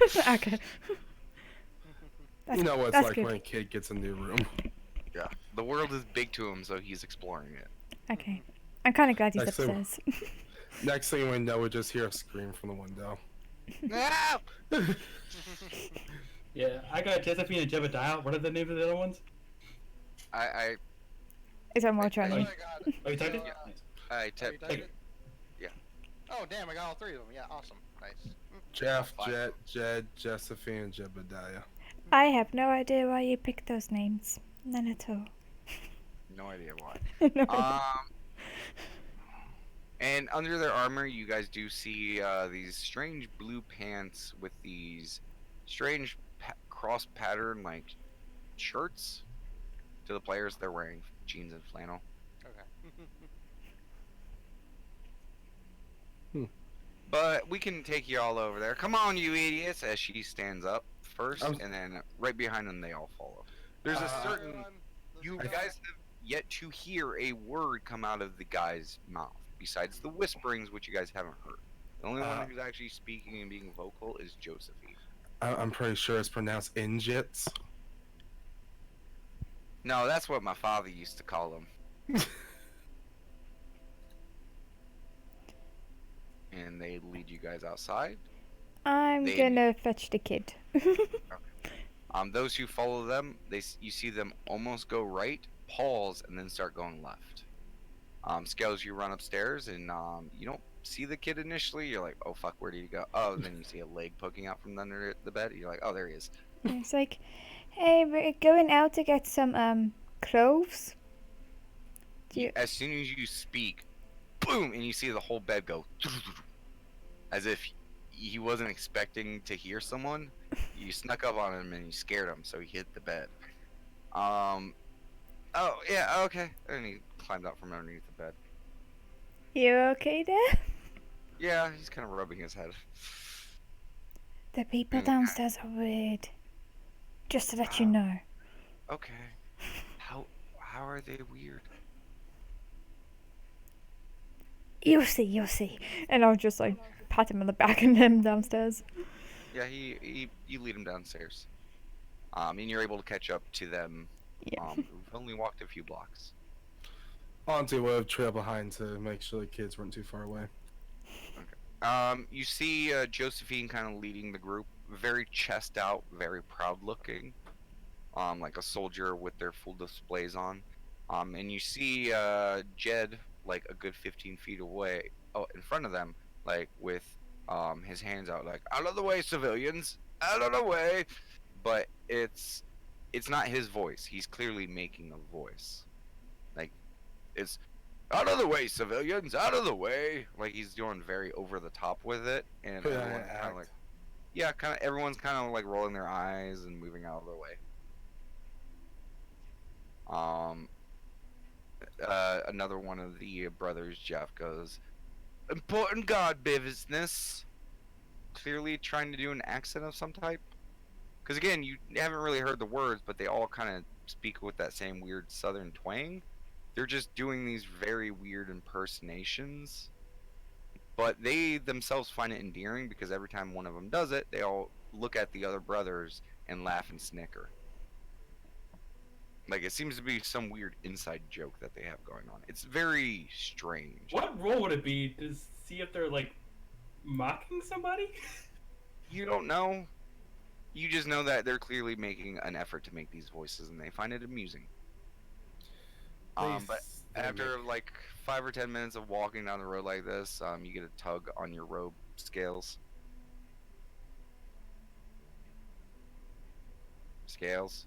Oh, sorry.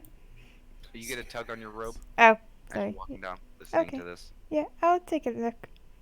It's the kid. He's like, okay, yeah, I think I know.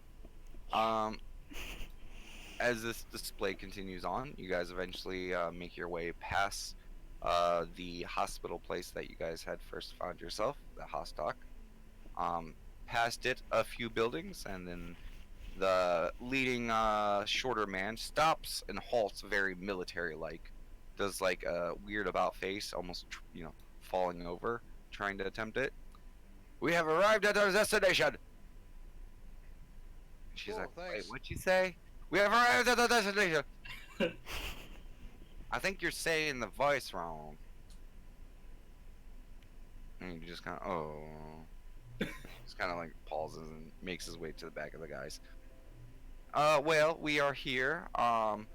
We're kind of not allowed in this building again because we kind of got kicked out the last time we were here. So we'll just wait for you right here. I can't imagine any scenario where we would have gotten kicked out somewhere. Oh, that's kind of you. Do you get kicked out of Uh, places a lot? Not all of us, but some of us. I'm assuming Jet gets the most kicked out. No, that would actually be Jebediah. He's not very smart. No. Yeah, I know. I know. In our wise family, I mean, he's wiser than most still, but he's still, she kind of leans in. He's about as bright as a brick. Hmm. Bit of the dullest night in the pantry, I take it. She stares at you for a few moments. Yeah, yeah, yeah, kind of like that. Took her a few moments to get what you were trying to say. Spectacular. All right. Well, Josephine will be inside, but we'll come out when we're done. Sure thing. We'll be right here keeping the peace. Tell Greg we said hi. Sure, yeah. And they just kind of stand there. Kestrel enters in. Yeah, there's a slight couple stairs to get into the entryway of this building. It's kind of taller than some of them. But you guys make your way up the stairs, and there's a big door that is currently open. Go through it. You walk into the building, and on the front, you do see the glass with the statuettes covered in clothing. Once you guys enter in, you guys just see tables, shelves, and racks full of clothing, material, things like that. Or along the walls, back wall. It's almost like a story and a half tall. Like definitely not a normal size floor building. It's more like a store size. Like with ceiling. Much taller than a normal house.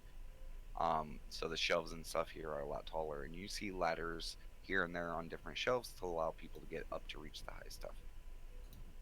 And in the back, you do see a older gentleman who's at a counter, has a pair of glasses that he has raised on his forehead currently, as he's like narrowing like with a needle and thread stitching something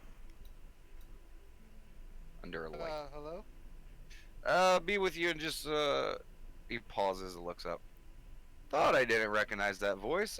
Welcome. Come on in. I take it you are the strangers, considering I've never seen your faces before today, which is weird since I clothe most people who exist today. Interesting. Oh, come on in closer. All right. He goes closer. Readjusts his glasses and he kind of squints for a moment and like starts looking at all of you. Interesting. Well, I'd love to dress you in something, as he points towards you, Stone. But anyways, I take it you're all here for some clothing. Yes, sir. What's your name, by the way? I'm Greg. Oh, Greg. Actually, we were outside with Josephine, Jed. They're here. They're outside. They wanted us to say He hi. immediately stops, goes out behind his counter, walks up towards the front door, peeks his head outside, Are you okay? sees them, closes the door real quick, and you hear as he locks the door. Sorry about that. Anyways, yes. So, how can I help you today? Looking for some clothes. Okay, what you want? Well, I saw this kind of like, I don't really know the word for it. So he's like kind of do motions, and basically because like they saw a guy in a suit when they were walking. So he's in kind of motion, like it was kind of like a jacket sort of. Oh, Yes, okay, thing yeah. that, One of our, do you want a 2-piece or a 3-piece suit? 3-piece. Sounds good, Okay. right? Yeah, they're actually a relatively new fashion. Not everyone has gotten behind it over the 50 years that we've been introducing them, but, it's been catching on more and more. It's supposed to give more of a serious feeling to, the nature of what you're doing throughout the day. I will admit, certain activities you will find a little difficult to do in them. They're not super flexible. They can be tight in little areas. We can adjust tailoring to allow for more, but the real nice looking suits are definitely tailored for a certain job. Okay. So let me get your measurements real quick, because we're probably gonna have to do something custom for you, because again, we don't really make too many suits. But if Okay. you would follow me over here, Sure. and he gestures you to stand in front of like a 3-section mirror, and he So. pulls out a piece of string, and he starts running along your bodies, and he just calls, every time he measures something, he calls out a number. 32. 36. So, DM, what does this guy Greg look like? middle-aged man, balding, very little hair on the top of his head, slight beard, not super huge, just like a light trimmed beard along the sides of his face with the mustache and slight goatee. It's very formed, very, shaped and stuff like that. You can tell, like, it's definitely not just a grown beard.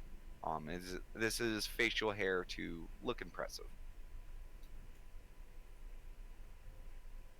And how does he take the measurements? With a simple piece of string.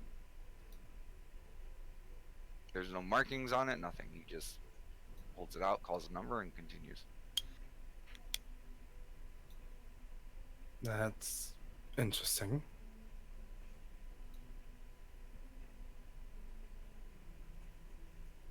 Okay. And what colors were you thinking?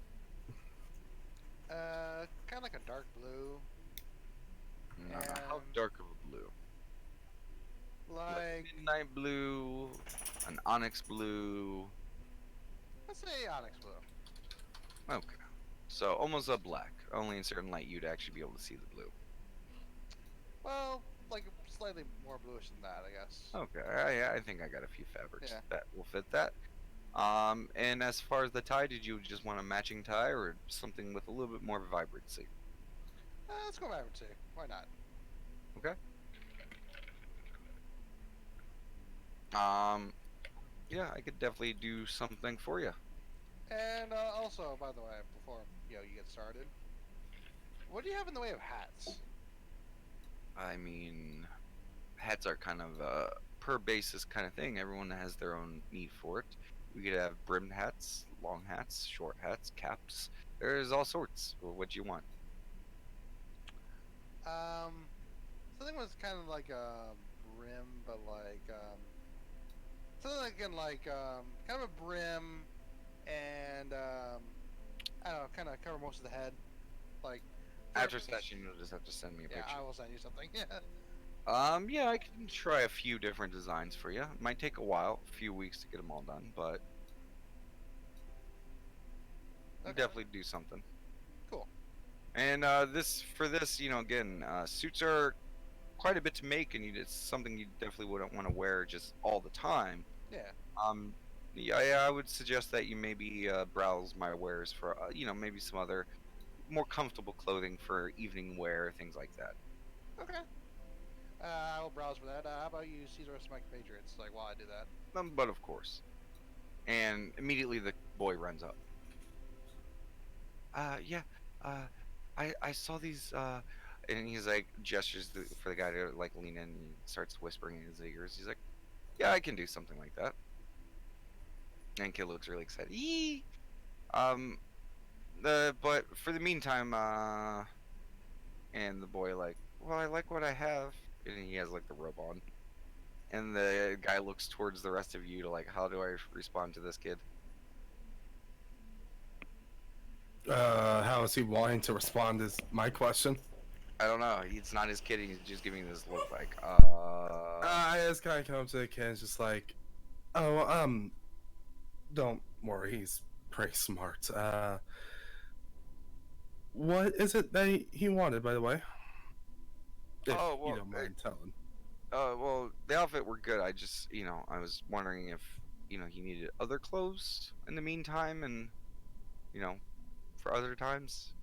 He just has the robe for now. I looked down to him. Do you want to come with? It was Kestrel that started looking around, right? Yeah. You want to look around with Kestrel and see if there's anything you like? Pauses for a moment, looks down on the ground, looks over at Kestrel. Yeah. And he just starts going over and looks at Kestrel, follows Kestrel around. And there's a couple things that you pick up. Kestrel, like, like just clothing, like for evening wear and stuff like that. And he just basically picks up a kid copy of it. He sees you pick it out, and he's like, "Oh, I want one now." Like, oh, the cool kid's picking up. Now I must have it too. Yeah. So who's up next? Well, since one kid went ahead, how about the other kid? And I point to Scales. I am not a kid. I may be the second youngest apparently, but I'm also above legal age, so I consider that good. Hi. Considered a good.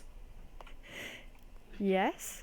Clearly, apparently my people age differently from your people, apparently. I don't know how it all works. Anyway. Yes, but you also have the attic with the kids. I got the attic with the kids because I'm just You're gonna a just kid. quickly brush off the conversation. Roll And an just- intelligence check, Scales, okay. because you've been prying on this subject quite a bit. Yeah. See if this. Okay, yeah, nothing. Okay. Um, Okay, cool. Maybe like, I suppose some clothing, maybe like a dress or something that doesn't get caught in the scales. I find the gown gets, like, my scales get stuck in it. well, that all has to do with the fabric. How long of a dress? Hmm. What type of top did you want? Uh, Because a dress is, I mean, let's be honest, that's like saying a shoe. There's many different types, forms, and functions. this is me getting a Google image because I don't know what dress types are. I have no idea.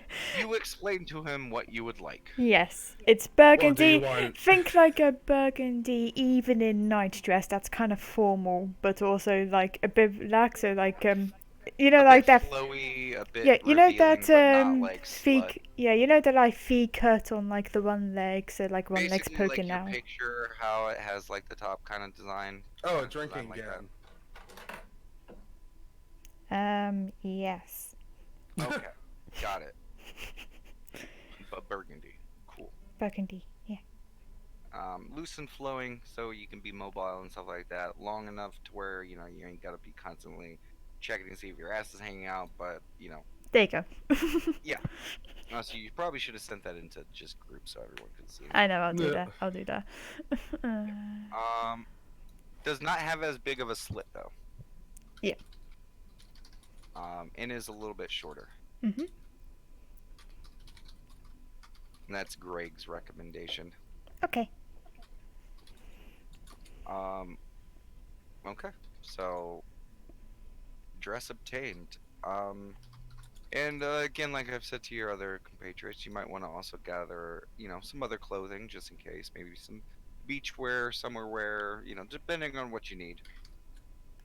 Also, it's I know the weather is misleading right now since it's so warm, but we are due some change here shortly. So you also may want to just grab an outfit with layers, and that might be for some cold weather. I will take what you recommend. Okay. He walks over and he grabs a gigantic, like thick parka coat with like a fur hood on it. He's like, "Well, your people tend to like enjoy these during that time of the year." Okay. Basically, the thickest, biggest coat he could find. Nice. So it's like, what's a summer outfit? Well, it was something to help enjoy the warm breezes, to not, be too warm.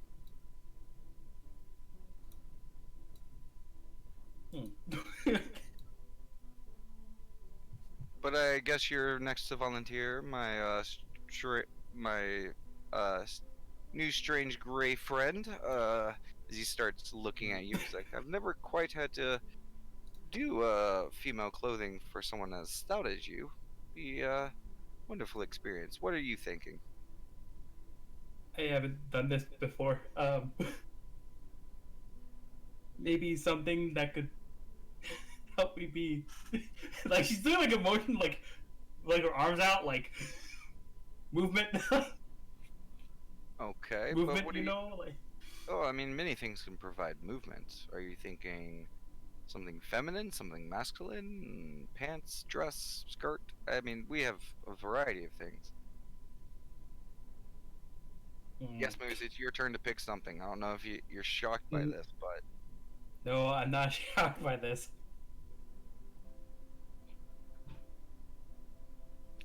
To all the other DMs out there, if you really want to watch your players squirm, give them free reign. It's true. There's true suffering. Damn it. Sorry, that And kid.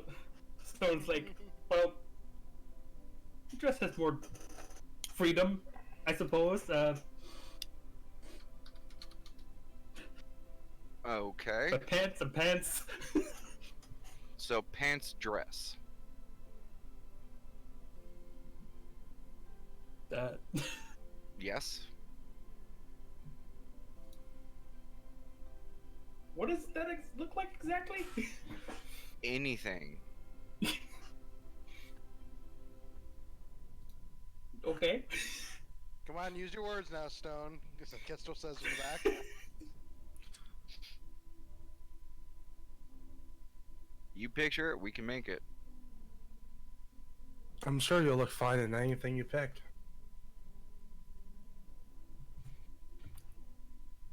Hope I can find something that matches my complexion. I mean, that's easy enough. I mostly need the shape and form.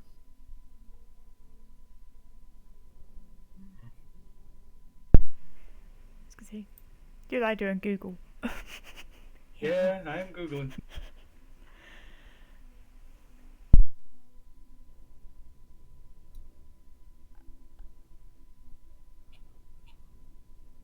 Okay. Well, you discuss with him what you want. Discuss with him what you want. Yeah.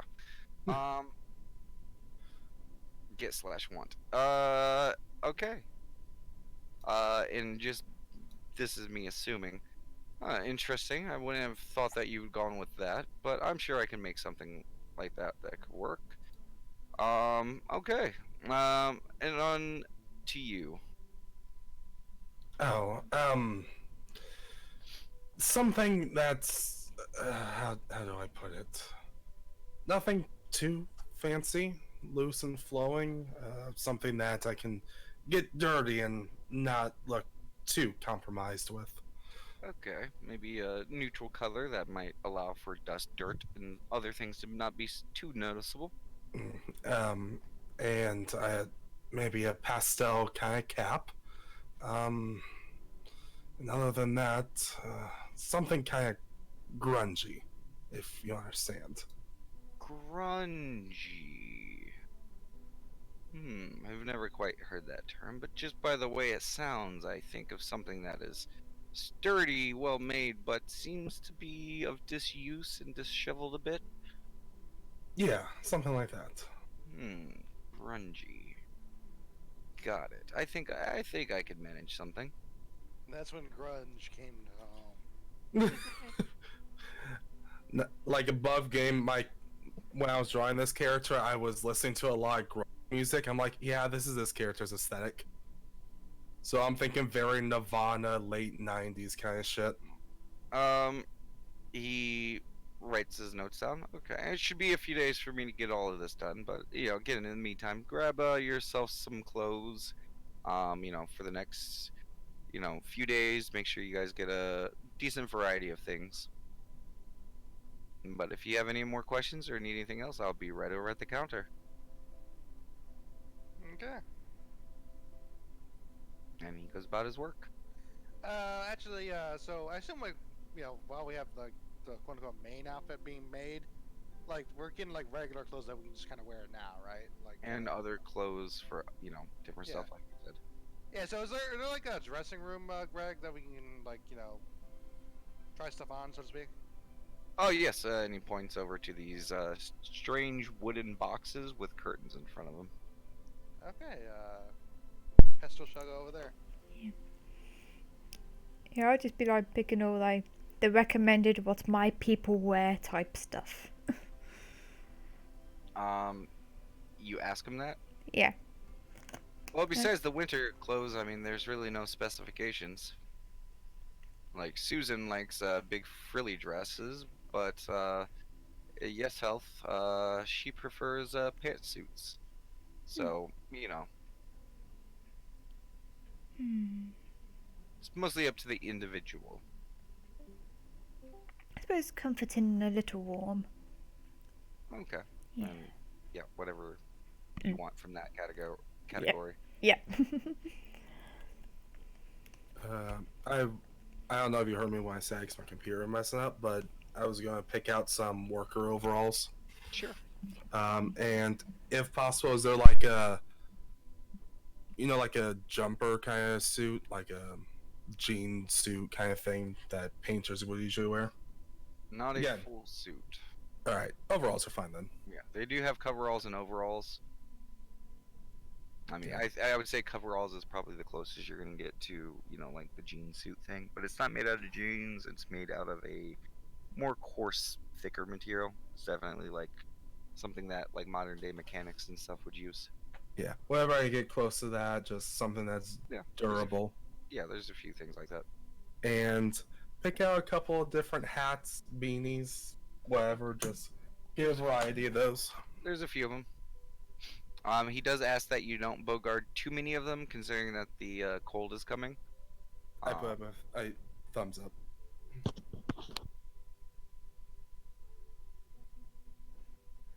So, I just Kessler sneezed. comes. Yeah, he's saying limit it to 2 beanies for now. All right, I take 2 of the biggest and slouchiest beanies I can. The beanie limit. Yes. Yeah, but Kestrel, is it cold or warm right now? Today it's very warm. Okay, yeah. Kestrel comes walking out in Feels like jeans. midsummer. Kestrel comes walking out in jeans, and he has a shirt on, but he rolled up the sleeves. The kid comes out and he's wearing a toga. Hey, kid's got style. He knows what he likes. And sandals. He knows what he likes. I'd say Very old-fashioned. Not bad, kid. He kid raises a hand. Big pride What? 5. Well, I saw some other people in town were wearing it, and the lady who was looking after me while you guys were asleep, her family wears it, so I figured, they seem comfy, and he kind of does like a short spin. It's like, it is really comfy, so I mean, Good if you luck. like it, that's all that matters. You look fabulous. thanks. Also, you can leave me hanging. He still has his hand up for high five. Oh, I didn't hear that part. He stares at it for a moment, he stares at his own hand, and he raises his own hand up to mimic what you're doing. Yeah, you gotta kind of touch it together. He touches his hand to yours. Alright, there you go. He's not doing a high five. He's literally following your instructions as they come. So you two are just kind of holding hands with open hands right now. Okay, I walk over to the group. I tap him on Kestrel on the shoulder, like this, and then I put my hand out for a high five. yeah, he does it. Like to him. Oh, Kinda like that. And he raises his hand again to you, Kestrel, Does so. and he slaps your hand hard. I mean, you guys have seen what he can do, but Yeah. even it still shocks you. You almost take a point of damage because your hand is red and ringing right now. Good job, kid. Well, Stone's thinking about Thanks. opposite. Stone's like, are we slapping hands? Yeah, we're slapping hands. Yeah! My turn. She pulls a hand out. Who are you trying to high five? Oh no! He said he was slapping hands, so she puts a hand out. My turn. I just Yeah, said, but to whom? To the kid. The kid. Okay. Okay, he slaps your hand. Go ahead and give me a strength check. Of course.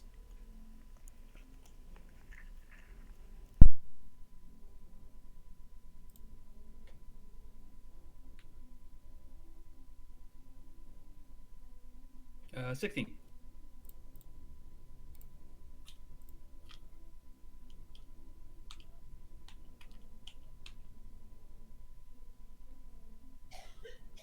Ow! Oh, that was a good one. Oh, ow! Why did we do that again? That hurts. Well, you're not supposed to do it strongly. It's supposed to be kind of like solidly, but not too solidly. I just look down and sigh and start looking through my clothes. Oh wait, sorry, I gotta re-roll that. Oh dear. That wasn't Oh. right. While this idiocy is going on, I go to a changing room. You do so. Backlog a couple seconds. Ow! A little less so, but ow!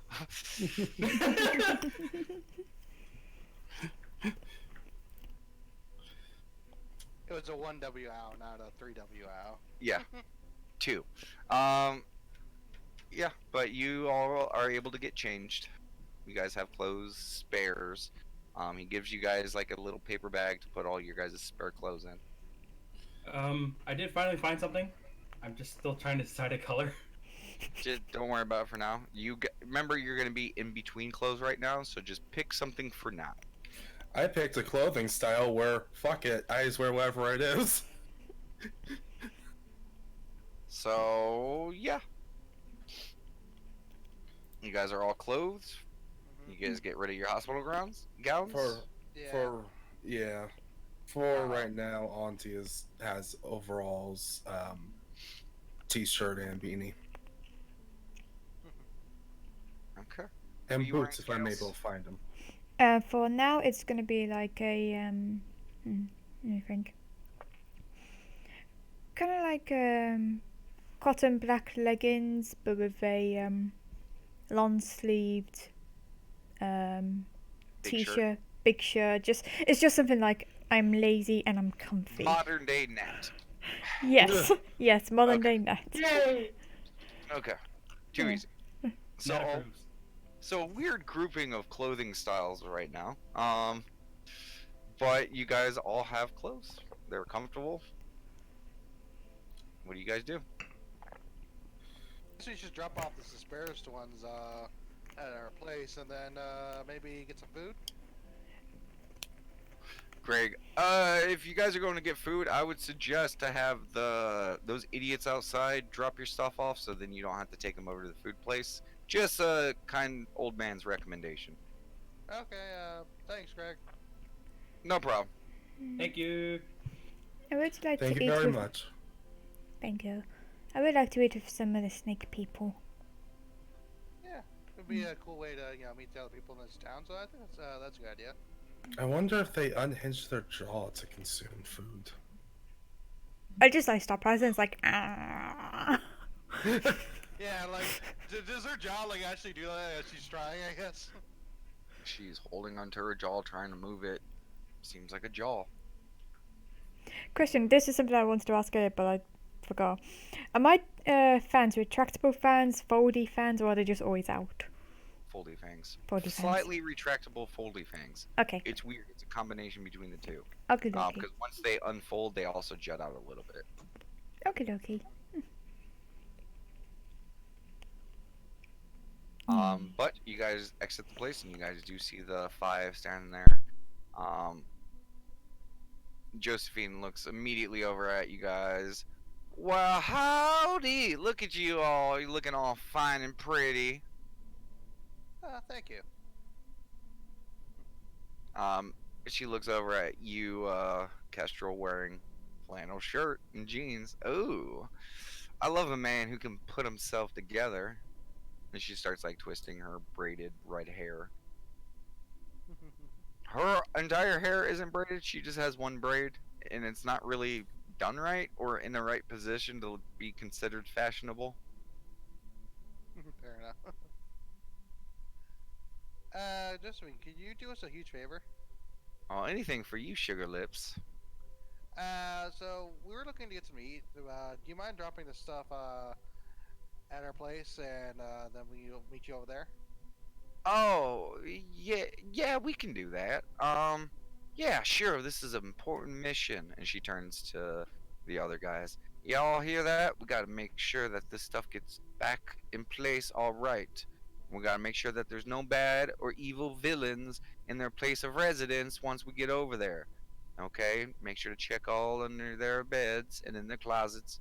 Make sure no boogeyman is there, because we all know how the boogeyman acts. And they all just silently nod at her, like in some unknown understanding between them all. I have so many questions. Why is there a Are you boogeyman in our house? That's what we're going to stop. Anyways, we'll make sure these all get back, and we'll lock up afterwards. Did you guys lock up when we left? I don't believe so. Not Okay. really anything worth stealing in there yet. We'll be sure to lock up on our way out. You have the key, right? Yeah, I do. Here you go. He hands it Oh over. no. We'll lock it on the way out, Okay. and that way you guys can make your way back in once you are done. All right, cool. And they begin to gather up your guys' bags and slowly start walking away. Josephine keeps turning back to stare at you, Kestrel. Jed, every once in a while, dopily turns around and just like waves as he's walking away. Kestrel Somewhere- smiles at what's it called, Josephine. Okay. Just to let you understand, her face not in the best condition. She's missing some teeth. She looks like she has like a broken eye, or not broken eye, slightly broken nose and a bruised eye. Like she's not too fresh, but maybe like 3 or 4 days old.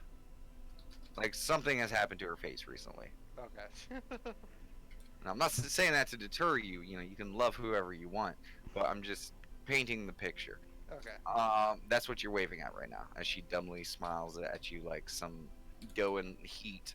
And she blows a kiss towards you, very awkwardly too. I have so many questions. But they continue along. Where do you guys go? Oh shit, we forgot to ask them where the eatery place was. They told us at some point. Oh yeah, they did tell us. It was, I think, in the opposite direction of the polling place. Believe so. As the DM clasped his hands together to see if the group could remember where he said the food place was. It was where a lot of people were, right? Well, I guess we can always just ask someone. People seem friendly enough. Yeah, I guess we'll try to find someone who's just kind of nearby. I will keep in mind you guys are standing in front of Greg's place. Well, I'm saying we'll kind of walk like Oh, in a certain direction, you know, just kind of like look around. Wait. I'm literally. Oh god. Oh no, I was gonna say you said you'd want to. I was just gonna say I poked my head into Greg's store. Yep. Hey, where's the food again? Oh, just go back. You know Doc Costa's place, right? Sure. Hospital? Yeah, it's right across the street. You don't know what the hospital means. I keep referring to it as hospital. That is my mistake. Oh, that's not bad. Infirmary. It's Hostock.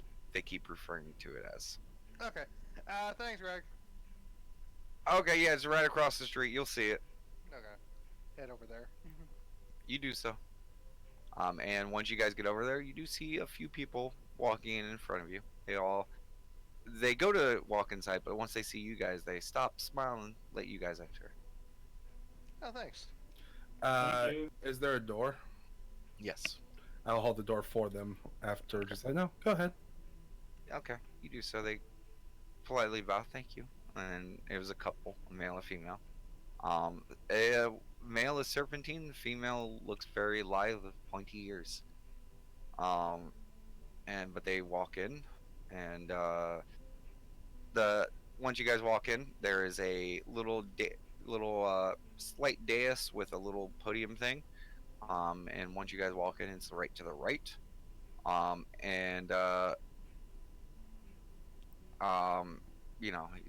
He greets them as they come in. I was like, oh, two? Yeah, just right in the back corner. Stephanie will be with you guys tonight. Then he looks and notices you guys, and and he kind of like, he has like a vest, and pantsuit kind of set up. Very classic, host vibe.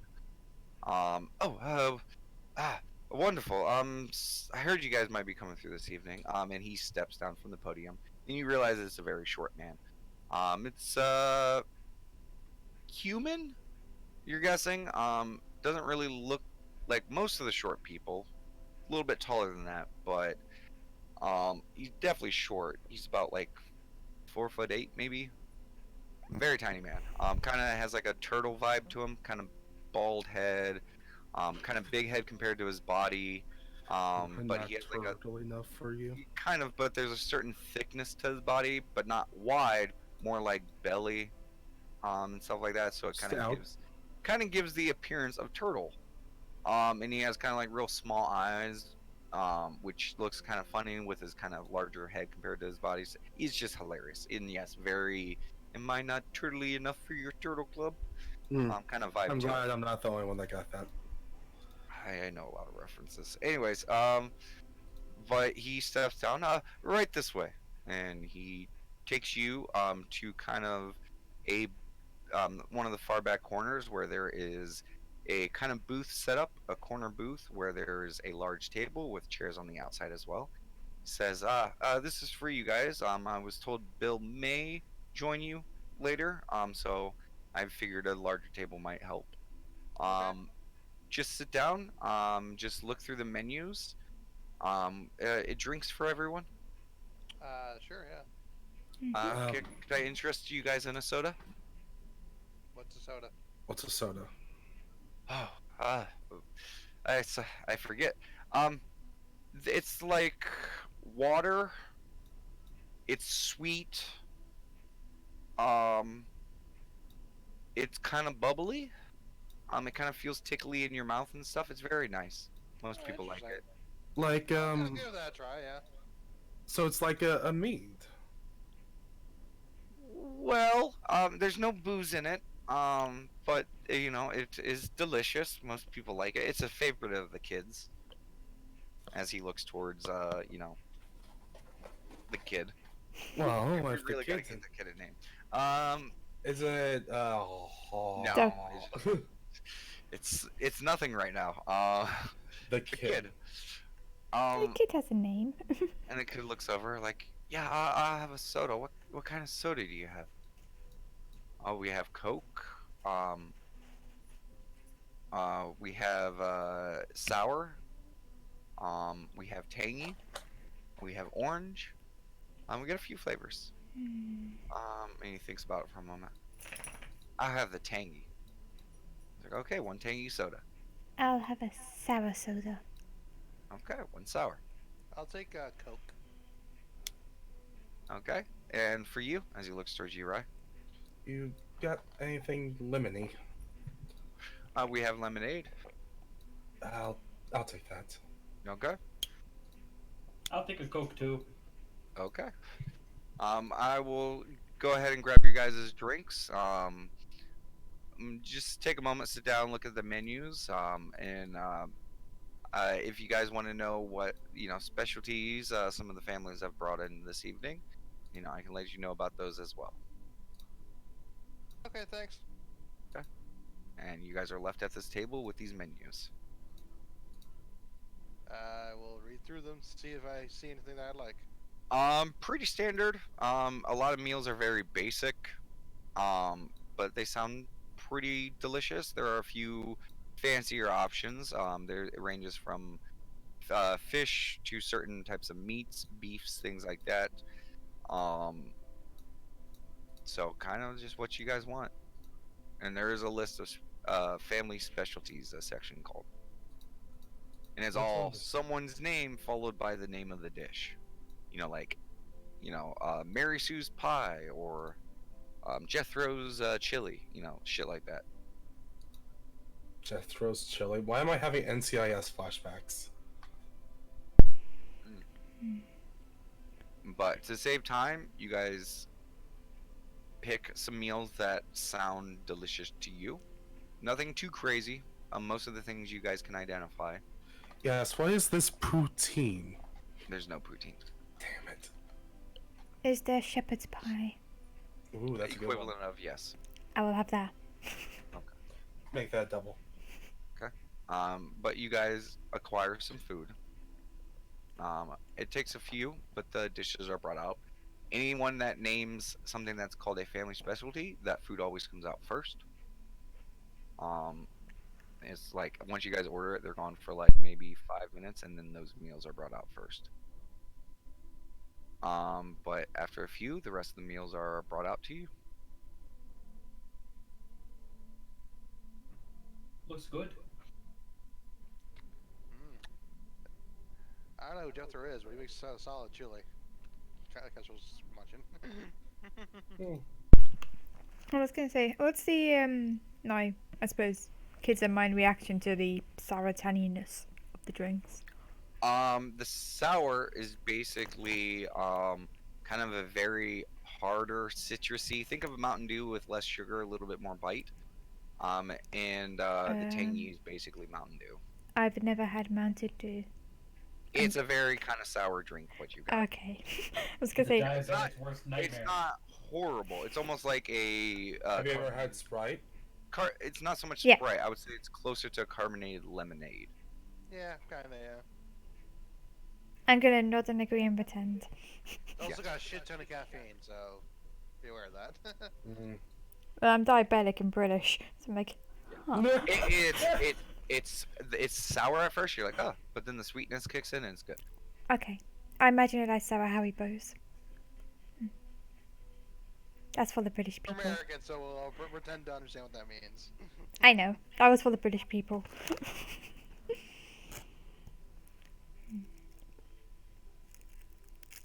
Okay, but you guys have your meal. Does my lemonade come with like a lemon on top of it? But you guys have your meal. And as you guys are finishing up your meal, he comes out with a large brown bag. Oh, Bill called us and said that we should probably make a to-go bag for you guys to at least let you guys, have some food and some takeaway for this evening. But he also said to drop this off with them idiots. I'm guessing he's talking about our guards. Are the guards with you guys? Well, they were dropping off our clothes. Castro looks around and see if they came back. You look outside the building; they're all out, standing out there. Oh yeah, they came back. Yeah. I'm imagining they're all pressed to the window. 2 of them are. Josephine seems to be yelling at the other 3, or the other 2. Yeah, maybe just have them take this back. I think Bill would like to see you guys. Okay. Alright, so, do you wanna... we're all done at this point, right? Yeah. I was gonna say, Okay, I have yeah, a- so, I'm sorry. I was just gonna say, I have a quick question To to whoever was serving us. yes, Were they banned from this place? they're allowed in, but under strict supervision. Does no one like them? It's not a matter of like. It's if you bring a Wolverine into a China shop, you're gonna expect there to be some problems. How do you know what Wolverines are? Yeah. I mean, they're Wolverines. Alright, question. Do you know what a horse is? I don't know what a horse is. you guys are really hung up about this thing. Gordon, this is your guys' version of Critical Role's Tal'Dorei Council. Jesus Christ. Who's on the Tal'Dorei Council? Fuck. I will start posing goddamn reverse inspiration. But you guys finish. You guys gather your things. You guys make your way outside. You guys have your goodie bag, and as soon as you guys exit, they stop. The 5 idiots, and they just kind of look at you. Did you enjoy your meal? Yeah, it was good, thanks. Well, I'm glad to hear that. We've been keeping ourselves busy out here. Yeah, so, I hate to do it a second time, but I guess Bill called the restaurant and said we had to meet him. Oh, okay.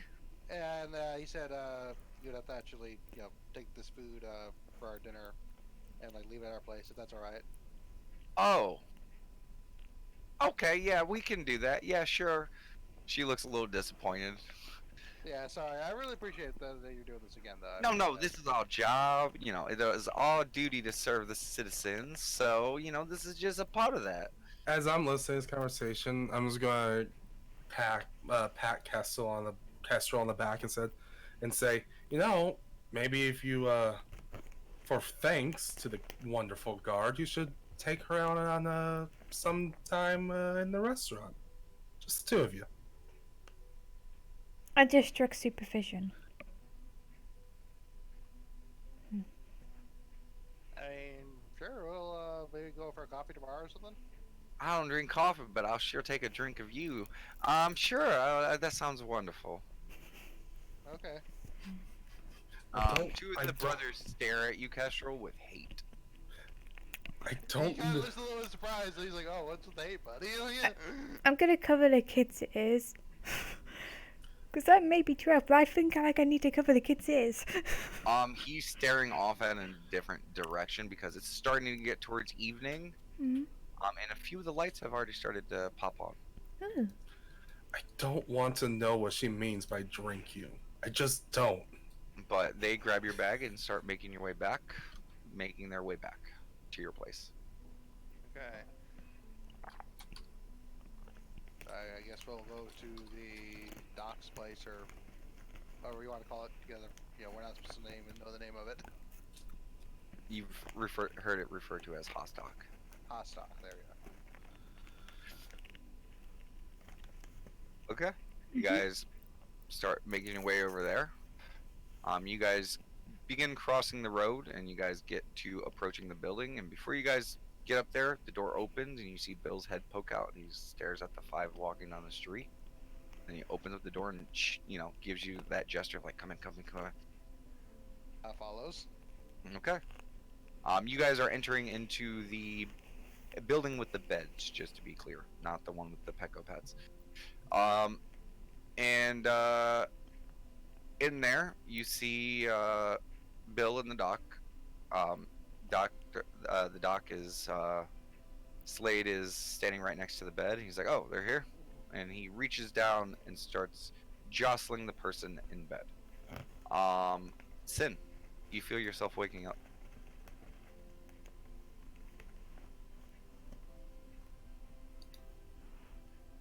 Or he doesn't. Yeah, it's supposed to feel that way. Just go with it. We can't hear you, just also to let you know. Hello? Are you there? Can you hear us? I mean, if he can, I don't know if he can reply.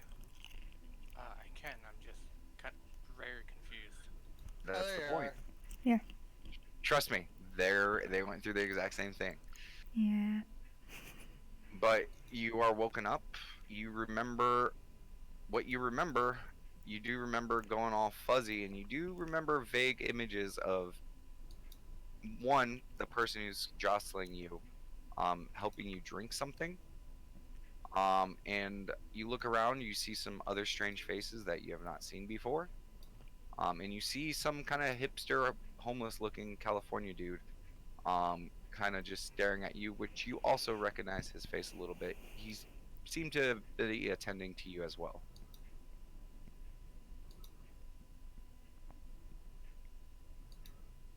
And you all see this person sitting up. Hello. Hello. Hello.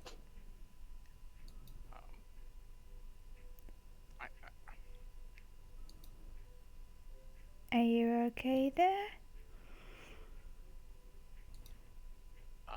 Yeah, just very, very hazy. Oh, trust me, we get it. We've all been through our own bit of a haze here. Yeah.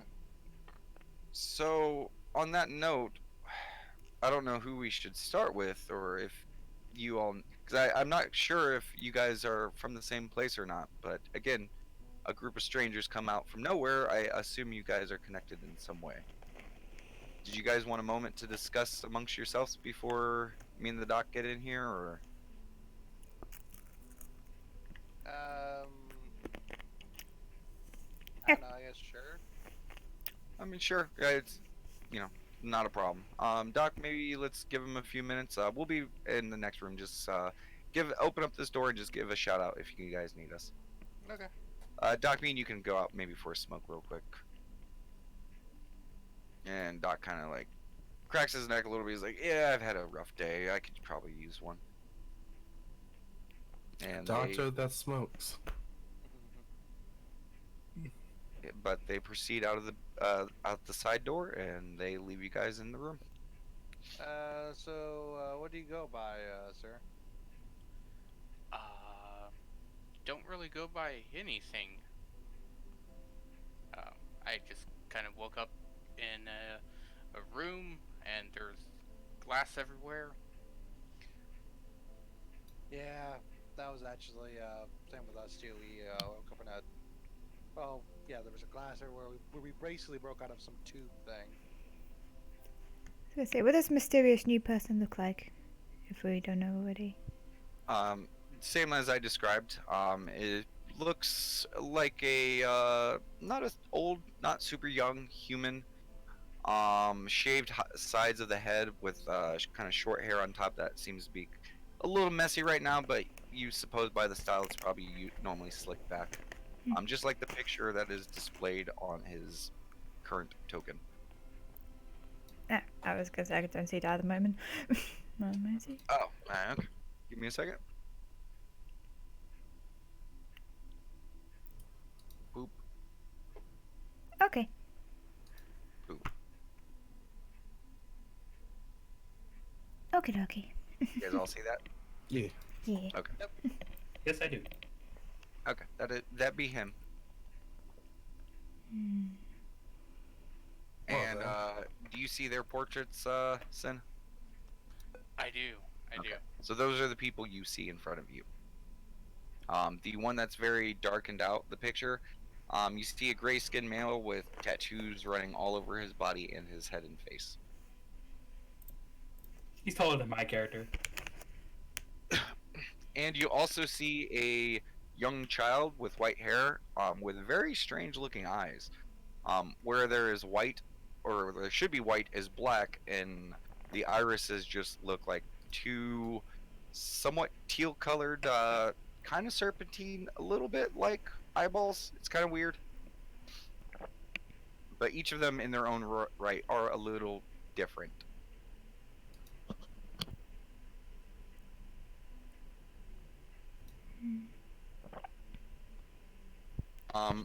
And for you, Sin, you immediately look at them all, and you immediately go, "Oh, a Goliath, a Duragar, human in Yuan-Ti."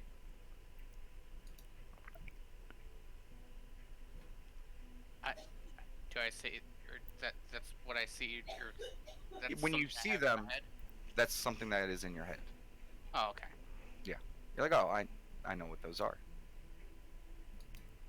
At least by name. Your brain is still a bit fuzzy, but when you see them, those are the things that, kind of manifest in your brain.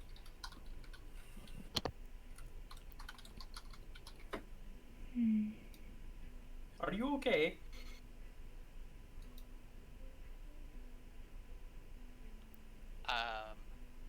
Still hazy. Just woke up. Well, is there something we should call you? Say first words that pops into your head. Yeah, we call her Stone. Kind of. Sorry, Kester points to Stone. Looks back at Casual and. So I just if you just pick whatever you want. Hmm. We also call her Scales, so. I mean, for obvious reasons. And this is There- Auntie? Sin, there is one name that, because you're trying to think, there's lots of names. You don't really understand a lot of the connections to anything. There's one name that pops up more and more in your head. Okay. You know what it is.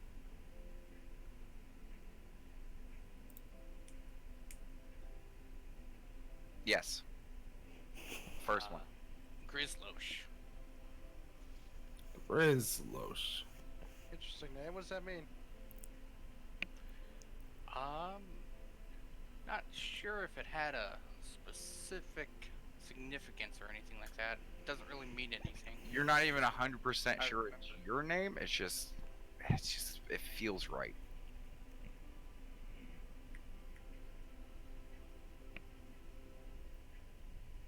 Certainly more sure than we were. Hmm. Yeah, I feel that. Well, Yeah. nice to meet you, Grizzlos. Thank you. And what's your guys' names? Well, I'm Kestrel. I'm stoned. Auntie. Scales. And the yeah. I know. I was just gonna say, is the kid about? Yes. Yeah. And he is Delta. Wait, Ray. is that my name?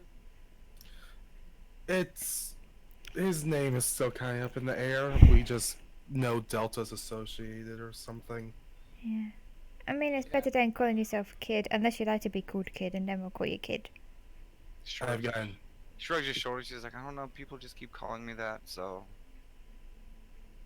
you could just point at me and say, "Hey, you." I mean, you could also give yourself your own name if you want. And he like sits and just ponders that. You've just opened a world to this kid, and he's gonna be spending the next while thinking about this. Oh, great, he's gonna call himself Tyrannosaurus. And we will support it. Tyrannosaurus 6. I support my Tyrannosaurus and just the meme of like if anything ever happens to him, I'll kill everyone in here myself. Yes, but Grislosh, you see these strange people just gather around you. So, what kind of area, like, where'd you come from exactly? So I woke up in, again, in a room that had a bunch of, like, tubes, test tube-looking things, glass. And then I proceeded down a few hallways, saw some pretty different things, and then ended up in a throne room. And I walked behind it, and ground lit up, and after that I just kind of passed out. I have 2 questions. Do you know what magic is?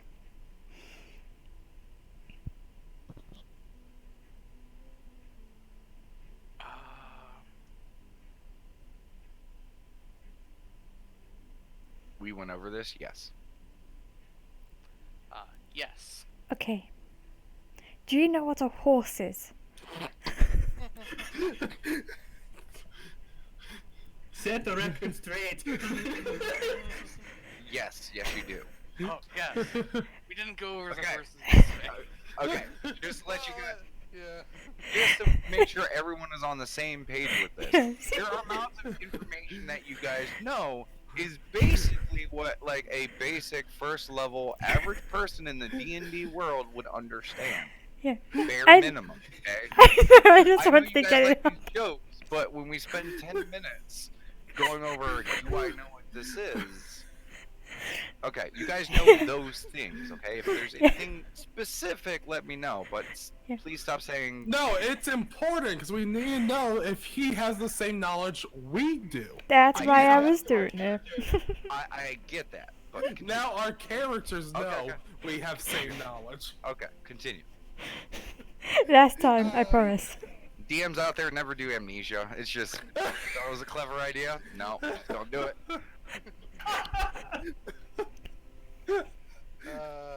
Really You've ripped lunch. it already.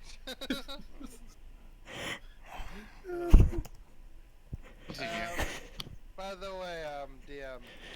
So based on what he described, do I get the feeling it was the same place that we came out of? I mean, sounds it. Do you know mini throne rooms where you teleport outside the back room? I don't know one. Yeah, so you get the sense that through the story it sounds pretty similar. Though it's missing a few bits that you guys do, you don't know whether it's from his vagueness or what. Also, was there like a prior empty tube? Like, When you guys came out, there was glass on the floor. mhm. And there were a few cracked tubes and a couple spaces that were missing tubes. Okay, gotcha. Interesting. It sounds like you came out of the same place as us. Albeit before us, I guess. Wouldn't be able to tell you on that one. I will say I did sit down on the throne and like big kind of white thing came down. So it was kind of weird. A big white thing, what?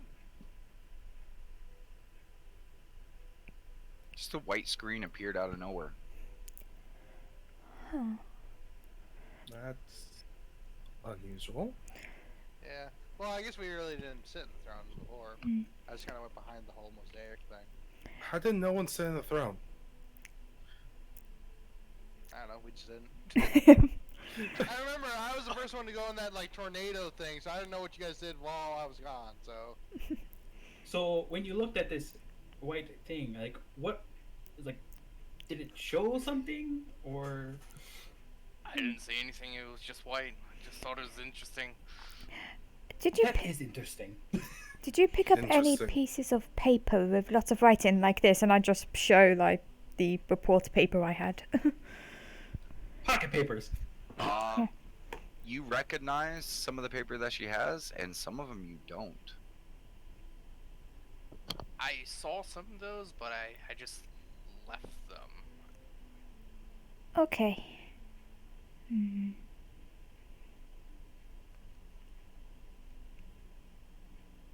Take a read, see what you think of it, and I'll just show him all the information. Okay, you now have access to these ones as well. You'll see the notes from room labeled PMC. You now have access to those as well.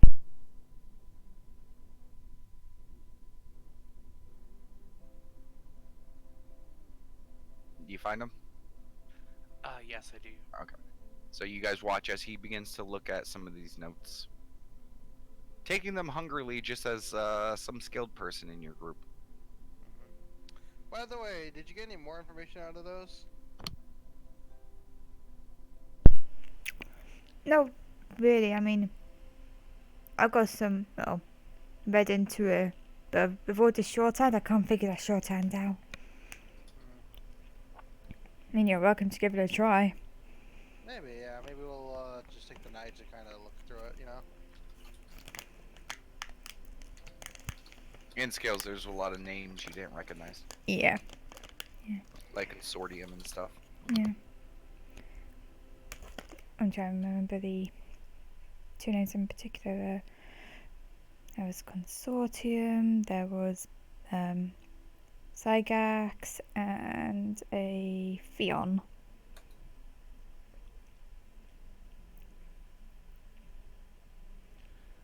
Definitely a few similarities with what I read, but still missing quite a bit of information to really make any connections.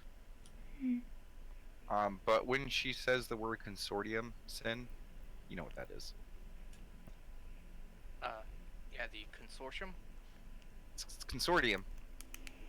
Okay, we discovered while I was going over this with him. Did you know there's consortium and then there's consortium? I did Apparently- not know that. Apparently, Americans call it consortium. And I, as an American, have never heard that.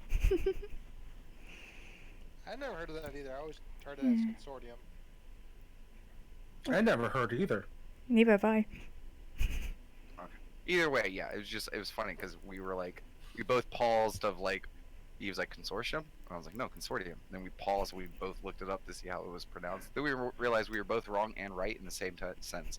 But anyways, yeah. That's good. What do you know of the consortiums? The consumption.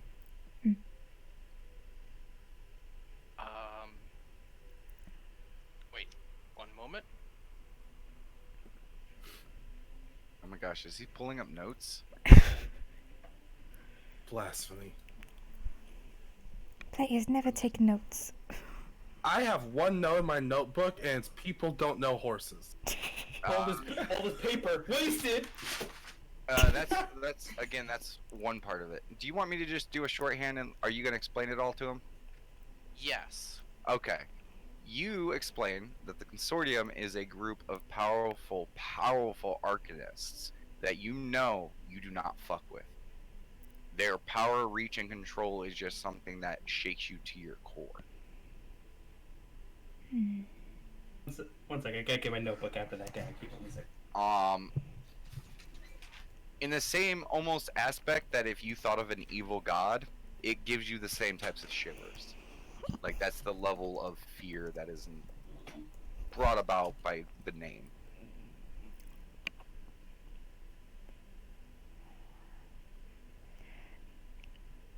So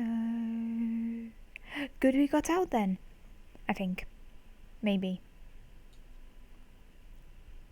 So I when you will. list- I sorry. will say it's not necessarily bad. It's just you don't want to piss them off. You don't want to be on the wrong side. It's just you're okay as long as you do what they say and follow the rules. They have their own. Fuck, what was I gonna go? Their own like plans and ideals, and you don't want to cross them. Sure. Just like any powerful archmage, morality gets a little weird. But that's above game knowledge. But in short, yes, and it's just you don't want to fuck with these people, but you explain all that.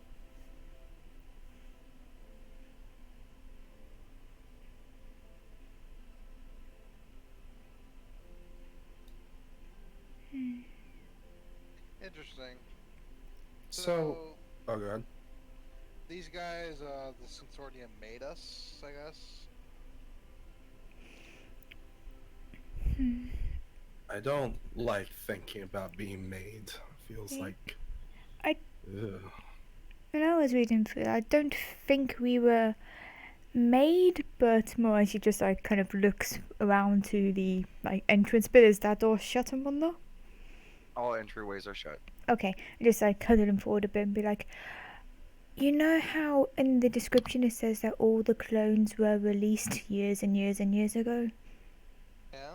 I think these guys out there are the clones. I think they're our copies, but ancestors of our copies? Oh no, descendants of our copies. So, Auntie in real time is just having the eyes wide and just like, wait, what, wait. So is that why they look almost similar, but not That's exactly? so as they're all mixed and so just puts two hands together in a thinking pose. Like I said, I don't know the shorthand of the piece of paper. It's pretty interesting, I must admit. Different symbols here, Okay. there, and everywhere, but that's my theory. Okay, yeah, I have a question. Hmm? If they are descendants, clones, and they are going off of us, them being all mixed up, wouldn't that be?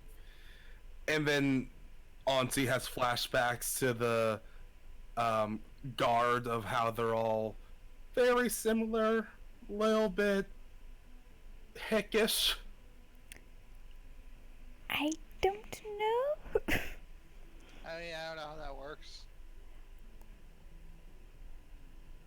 I mean, like, if you think about it, like, how many, they didn't even mention numbers of how many there would be, right, Scales?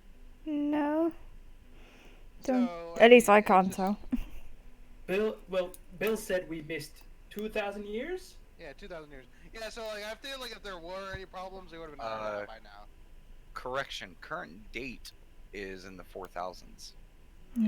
And no, Sachi says when they were released. I think it was in this one. All closed. Okay. The release date was AL45, and what year did I say it was now? It was like AL 4000 something. Yeah, it's a few years after. 4074. So Yeah, see, I feel like if there would be any problems, it must have been ironed out by then, like, because 4,000 years is a long time for any issues to not arise. Okay, that makes more sense. Whoa. Did Bride just go super quiet for everyone else? yes. He did, yeah. Headphones switched. Computer Okay. crash. Okay, give me a sec. I gotta blast your volume up all the way. Make sure that before you switch back over that you give us a heads up so I don't blow out my headphones. Will do.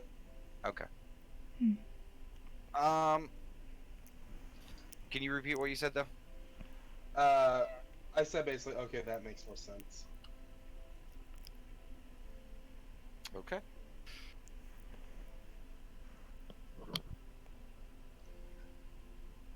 mean, Also, Grizzlosh, can you give me an investigation check since you now have all 3 pieces of papers and, just to see what else you can glean off the other ones?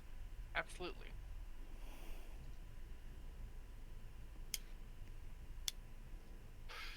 Yeah, it's a lot to take in, man. You might be clones, you might be, the originals. There's a lot of information, strange people. Like, you're looking around the area, like, this whole design of this room you're in seems weird. All of it's a lot to take in. It's kind of, it's overwhelming. I feel that way.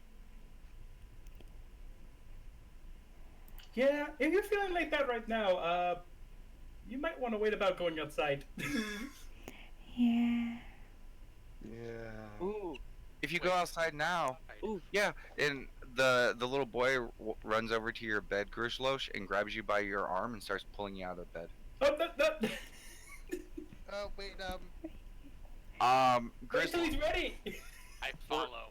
for this kid, he's definitely young. Like, he looks maybe like 8 years old. His body is kind of like a baby Hercules. Remember that kid? But not like as ripped. But there's mass to him. And surprisingly, like, when he helps you out of the bed, it almost feels like an adult is helping you out. Like, I'm still imagining Gohan. well, but you said you follow him? Absolutely. I Okay, you are butt ass naked. As he comes out of the covers, he is completely naked. He's gonna do great. No, wait, guys. I want to see this. I'll take any of the pieces of paper that's probably, I don't know, fallen out of your hands or whatever. Bill. Yeah. The Grizzlosh dude, he walked away. Well, he ran off with the kid. And he's buck naked. Sin, do you leave naked? Well, do I realize that I'm naked? Yes. I go, wait. Yeah, can you get him some clothes, please? Bill comes in. Oh yeah, just check that cabinet over there. There should be some gowns folded up. Okay. Kester goes over and grabs one for Grizzlosh. Yeah, you get one. I put them on. Okay, now you're good to go. And Yeah. just to answer the question, no, this isn't like a hospital gown with the butt part hanging out. Okay, like this is. Darn. Yeah, they also got pants and stuff too. They got scrubs and all that other stuff. So you get some basic linens on. And then the kid is excitedly waiting there the whole time. And then he leads you outside and around to the back of the building, where you guys are seeing as it's the sun is starting to go down and starting to turn from day to dusk to evening. And for the first time today since the morning, you guys, you four, you see it again. For Sin, you see it for the first time as you notice on the horizon where it should be just sky and normal, existence, is just a gigantic void. Not like you're floating in space and there's stars. There is nothing there. No light, nothing. As if someone had torn at reality to just delete everything beyond. Control Alt Delete this. Huh. And yet Yeah. they don't believe in magic. And the Yeah. boy looks up at you. He's like, yeah, in the morning and at night, or in the evening, are the only 2 times you can see it. They think it's because the sun is like disappearing beyond or something. They don't know, but you can see it in the morning and the night. He looks really and excited. also there's no sun. Like, there's light, but... Well, there is, just for a few hours. Oh, okay. We're still learning stuff ourselves. Irony thinking, it's probably a vampire's dream to stay here. Boy looks up. What's a vampire? I'll tell you when you're older. Okay. Can I know? If I I'll don't. tell you. The name vampire. Okay, I know. Cool.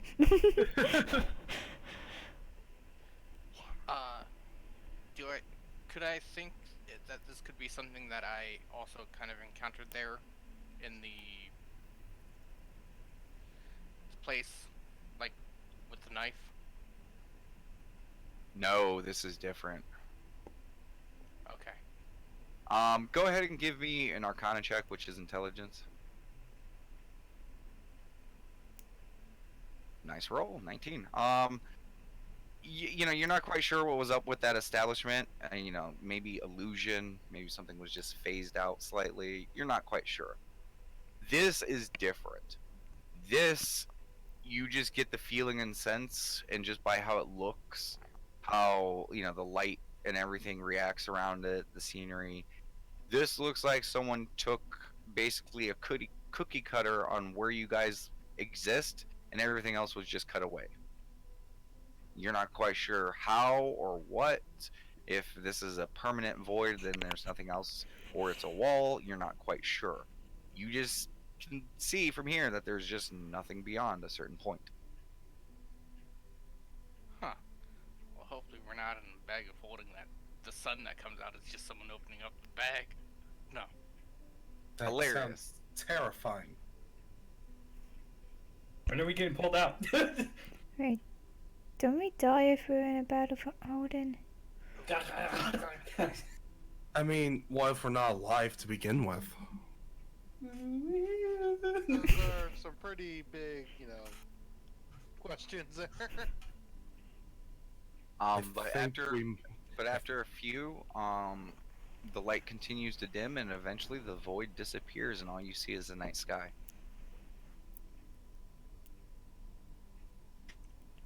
Oh wow. I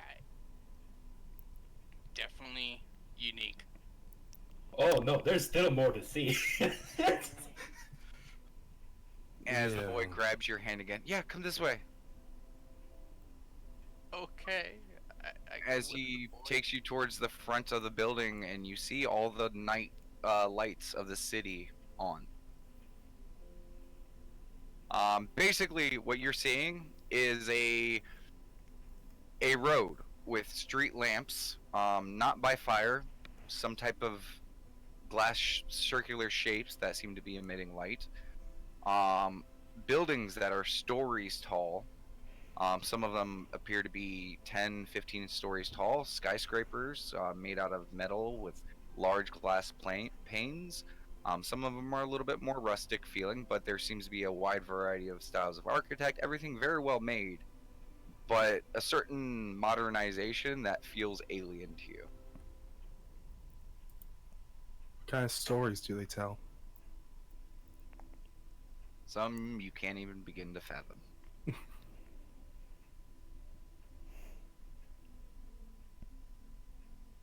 And amongst the people that you still see, and some still are slowly walk by, and still eyes on you guys since you guys are the new shinies. Grizzlush, for your reference, most of the inhabitants here are human, serpentine, shorter humanoids, more live, basically mixes of a whole bunch of different things. And for the first time, you guys also see someone new looking. There's someone with green skin, not serpentine, slightly pointed ears, and 2 tusks that come out from the front of their face. Oh, Hi. And he just continues to walk by. Kind of picks up his pace, grabs the lady that he's next to, and just kind of. People who are staring at you, you could tell you caught him off guard, and he wasn't ready for an interaction. It's like, hi! hello. Amazing. You didn't see anyone who looked like that when you was in the tube, out the tube. I did not. New person then. Interesting. Yeah. That's the first time I've ever seen someone like that too. It's the second other one that you've seen that just doesn't really match you guys. First being those gray-skinned freaks of things. Wow, DM. Apparently don't like a certain race. How else would you describe what I described? Children with issues. No. Anyways, yeah. So Grizzlosh, you see what you see before you. I'm just silent, taking it all in, just confused. You feel a tug on your robe, Grizzlosh. I look at where the rope's tugging to. You Also, see the wait a- kid. Wait a sec. Is your name Grislow or Grizzlosh, like Damon keeps saying? Or Grizzlosh. I mean, you can call me Grizz if you want, or Grizzlosh. Either or. How about Grizzlosh. goulash? Hmm. Hmm. But the boy looks up at you. He's like, "Yeah, we were all really confused too. But they seem nice." So the boy was with you guys when this all happened, or? We kind of found him. We But, broke him out of a tube. yeah, Yeah. he's in a different room in another tube. We can discuss it more in later. I'd appreciate that.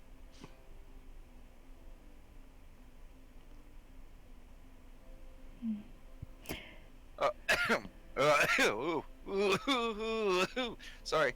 As you guys are discussing this, you guys. Oh, there you are, behind you. It's Bill. Hello. Hey, science guy. Yeah. Professor Bill. I was thinking it might be a good idea since it's getting kind of late to get certain young ones home. As he kind of looks towards the kid. Oh yeah, probably is. Yeah. Well, how about this? I got Marinette coming over. She's a wonderful lady. She has grandkids who live on a different island, and she said that she would be more than happy to take them back. Make sure she'll start setting up all this, household stuff that I sent back to your guys' place, and get things settled in, and just. She's an older lady, so I thought it'd be nice for her to be able to spend some time with, a kid. I'm fine with that. Are you okay with that, kid? Yeah. I'm kind of tired, anyways. I was playing a lot earlier. Okay. Yeah. Bill kind of looks as the kid says that, and just has this look. And he points across the street. He's like, "Okay, see that building right over there, kid? Just run around the back, and just knock on the little porch on the back, and Marinette will answer the door, and she'll take you back." And he's like, "Okay," and he goes to turn to run, and he stops, and he's like, turns back around, "Bye" to all of you guys. Yeah. Oh my gosh, he's so cute. That's it. Bye, kid. Remember, use your manners. I wave. Yes, Auntie. Don't break the door down.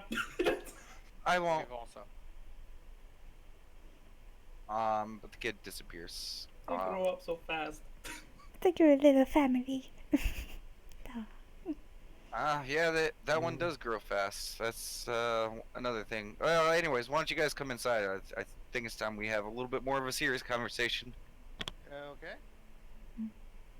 Follows. Sorry. You're saying the bring- conversations we've been having aren't serious? I mean, I don't know. How serious is a horse? Very. Very serious. Gasp again. But he lets you guys all sit down. And he reaches into one of his pockets and pulls out another one of those rolled thingies. Oh, and I think someone earlier was asking about cigarettes. Raise his hand. Oh, here you go. And he throws you a box. Oh, thank you. You reach in and pull one out. This is not anything like you've seen. This is a modern day cigarette. Just a confused, puzzled look is on Auntie's face.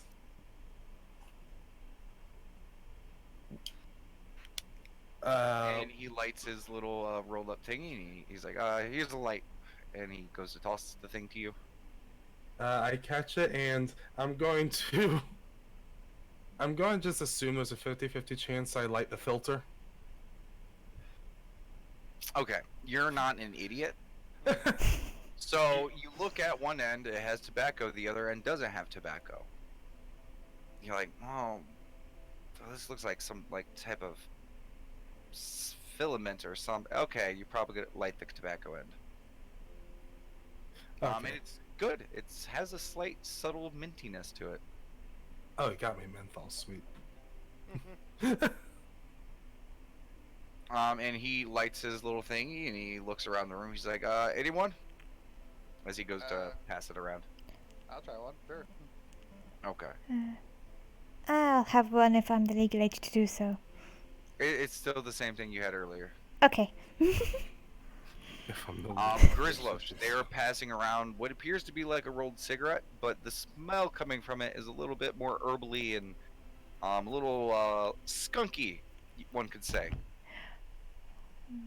I'm gonna pass it up. Okay.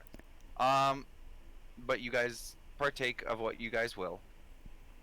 He opens up a window and kind of like moves over a weird device next to it, and you hear a loud click, and then the device starts to spin up, and you feel a breeze coming past. You just turn on an electric fan. I'm sure you guys, did you guys have enough time to discuss everything? Are you guys from the same place? Seems like it, yeah. Okay, that's good. It seems like we are, but not technic. I don't. Okay, well, let's You first get get tubes. Yeah. let's first get an organization of this real quick. Okay. And I'm just gonna, for everyone's sake.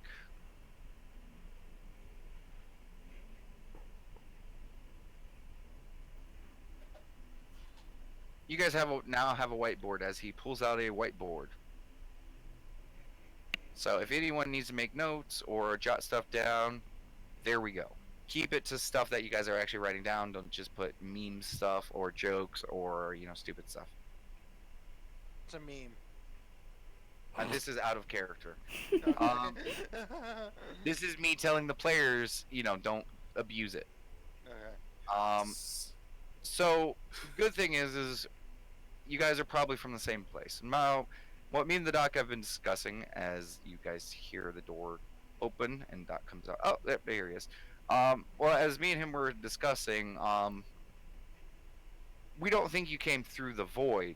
So our guess is you guys were already here, which raises a lot of questions because if you guys have been here the whole time, either you guys are, either way, you guys have to be from a very long time ago, if that is the case, which is bizarre. That's probably. Did you look through my bag when you took my bags? No, we believe in personal space. Okay, Well, that was you might about. wanna look at the notes, Yeah, we found a lot of paper, and I must admit, I'm not sure if I should show you, but it's the best evidence we've got, and I'll just give him all the paper. As he's taking the paper, why am I not supposed to know this? I Well, no, don't. we just mean it's a lot to take in, It- kinda. Yeah. Okay. And him and the doc begin reading it through. Let me go ahead and do some rolls for them. Also, I'll say for this, just context-wise. Bill! Oh! Second natural 20 when it comes to these notes. Nice. I'll say this for context-wise for you, Bill and Doc. Doc didn't do well. Yes. That date, AL, what was it, 780? That was the one that seems recognizable to us, right? Damon? I thought I Um, saw something. No, AL is the one that you guys didn't recognize. EA Yeah. sounds kind of familiar. You guys EA? are rough. Sin, go ahead. Now since you see the EA and the date, if you would like, you can go ahead and give me an intelligence check for that.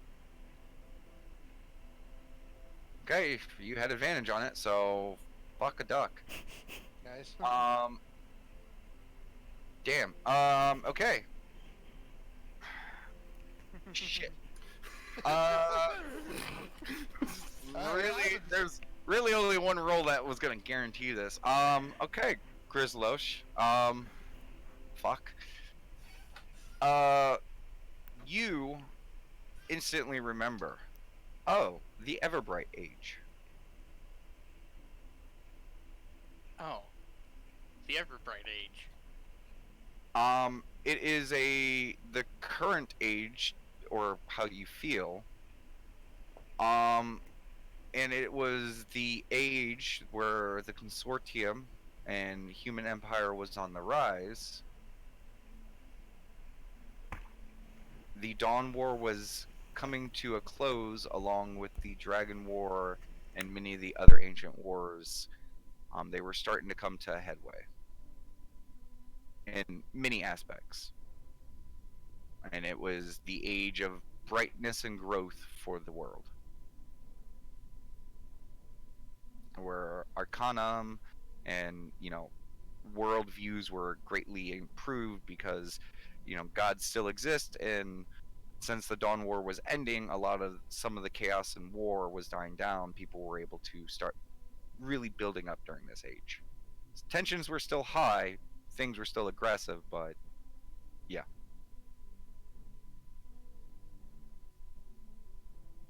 So I believe that this is like the age that I would be in right now. Oh wow. Oh, did you say that out loud, or was that you're talking to DM? That was the question. Yes. Okay.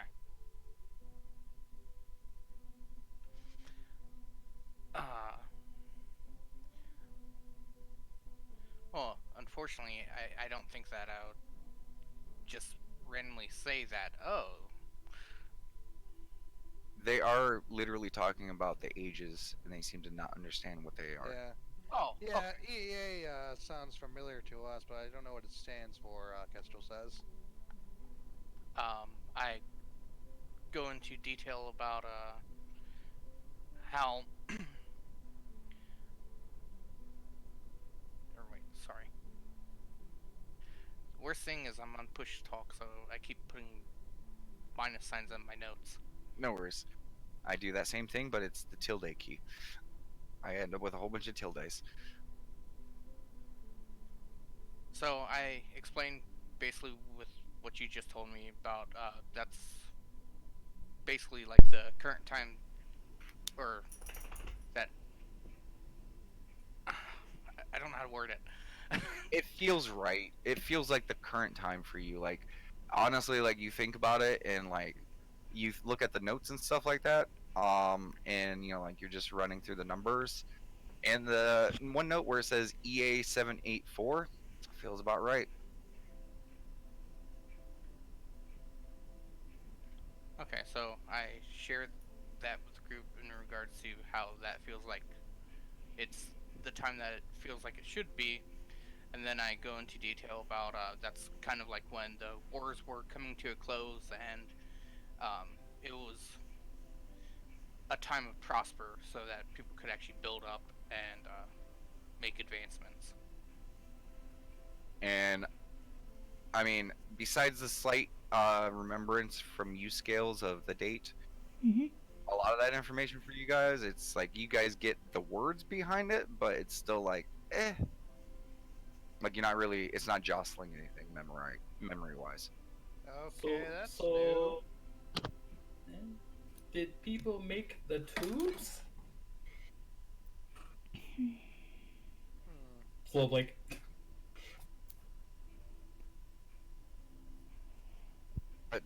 Bill speaks up. Well, according to this, at least we do know a few things. We do have a timeline now. If you're saying EA is from where you're from and AL is our time, I mean, these two notes right here seem to connect the two timelines. Yeah. So if this is to be believed, then you are all at most 4,000 years old. Yeah. There's also one thing you may want to take for your own knowledge. I'm not sure you noticed that one part where it mentions they were releasing some people to the Isles above Yes. thousands of years ago. That is interesting to be for sure, but I think it's best that we explain things from our point of view Yeah, sure, definitely, yeah. 'Cause before. this is just what we got, so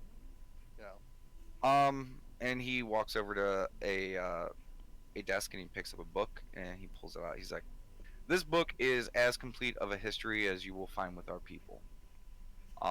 Many thousands of years ago, our people were divided. And from this, there were many different worldviews, religions, and belief systems that were created. Nowadays, we don't really follow a belief system. The only belief we really have is in the knowledge of the sage. And he opens up the book and he skims through the first page. He's like, basically, in short, and this is our best estimate because again, thousands of years of war, strife, and separation caused us to lose some of this. But at some age long ago, about 4,000 years ago, our people were here. Not much information about the story with that, but they seem to be given a basic understanding of a lot of the world, how to survive basic necessities, things like that. And they lived together in relative peace. Not too long after that, though, they started to divide themselves amongst groups, categories, things like that. And as time progressed, they grew apart. And when they grew apart, that's when different religious beliefs and things came about. We warred with each other for many years. The Egyptians, the Japanese, different cultures and groups, and this went on for some time until the Great Sage came. The Great Sage came to all of us and told us of a different story. A story of when we used to be all one people. And he brought with him knowledge of the world. Knowledge none of us had. Things about nature, our world. Some of our technology was based off of the ideas that he inspired. He told us about the minerals, the rocks, their form, their function. He taught us about the sciences. He showed us a new age. And through his teachings, we all came together, apart from one group, what was referred to at the time as the Greenskin. They've gone by many names, but it was a tribe of mostly greenskin folk. At the time, the Serpentine people had already rejoined the alliances of the people of Drehom's Isles, but the greenskins they kept to themselves and they kept warring with us. Once our people discovered firearms, it wasn't too long after that they decided to give up. By then, war had decimated their numbers, and only of the few taller greenskins remained. The lesser greenskins, they all vanished. They disappeared for many, many years. And then a few hundred years ago, we had the remnants of the greenskins reappear. As he gestures towards everyone besides Grislock, you all saw those people, the strange entities that attacked you on your way here. Mm-hmm. That is what remains of the Greenskin tribe that remained anonymous. I have a query. Greenskins as they are now, are all of them banned, or do some live in this town? There are a few that reside with us that are from that time. When I say only a few survived, there were only 5 or 6 of them that decided to live with us in peace. Yeah, we saw one just before we came in. Probably one of their ancestors. I imagine there's probably diluted in blood at this point. Yes. And the sage, again, he brought about this great peace, taught us much, and then disappeared. It was the first time in our record, besides you all, that we had ever seen someone new. He disappeared, and a few hundred years later, he reappeared again, offering us more knowledge, information. He helped us advance our technology, and just like that again, he disappeared. A few hundred years later, he appeared again, and that was the last time we saw him. It's been almost... It's been quite a while. It's been more than 1,000 years since he's appeared. He's kind of looked at it admit that now, but a lot of us researchers, scientific minds, can't doubt or can't deny his stories and the information that we use to this day that came from him. I have a question. Did the Great Sage person have a name? At least as far as you're aware. That's a good question. According to the records, no. They'd always refer to him as the Great Sage. Because I want you to take a look at this, and I point to where it says notes gathered in the operating room AL3101. Like, that sounds. Skipping most of it, more that name. Zygax only moves once but a few months to work? Could that be someone? I don't know. I just Well, shrug my shoulders at the end of it. These notes appear to be from two people. I'm not saying that it's either or. I mean, we just don't have any information to really glean that off of. You go- But I will admit, the Sage from our stories, I mean, one, someone living that long, and two, someone having knowledge that none of us had, does seem strange, almost like a man out of place, a man not from our world. And now we find you all. Speaking of magic, like it's a thing. Looking at our technology like it's, I mean, no offense, but how we appear or look at magic. I wonder if you two may be from the same world. I mean, there's just a theory, but again, we have a lot more questions than answers at this point. Yeah, you're telling me. Guess what looks like he's rubbing his head with all the, thinking. I'm so convinced this technology is just magic. I mean, most of the things on these notes I can't even begin to comprehend. I mean, yes, some of our groups, worshipped godlike entities during our years of chaos, but, I mean, this person writes it in their notes as if it's something factual.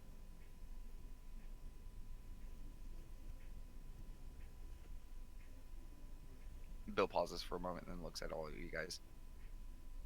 Do you guys come from a world with gods? Do we do? Sounds familiar. I mean, That sounds familiar, yeah. Seems like it.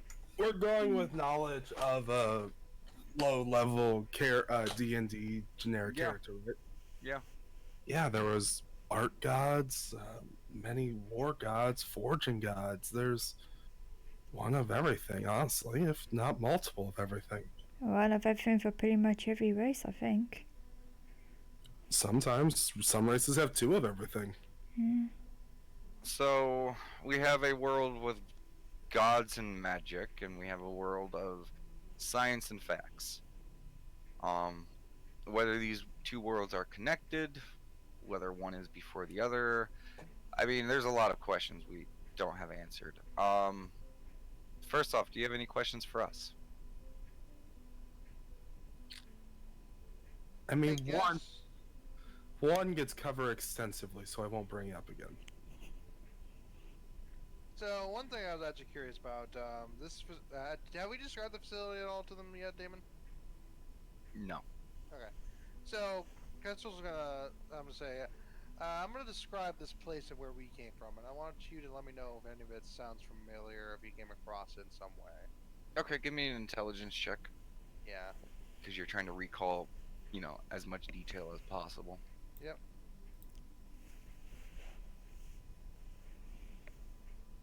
12. Okay. You miss a few bits, but you get the general scope of it out. I mean, it's a building. We've never heard of anything like that. Because it wasn't too far away from where we encountered your guys. Well, actually, no. It was kind of a significant distance away. We came out of a cave and Yeah. then we climbed up.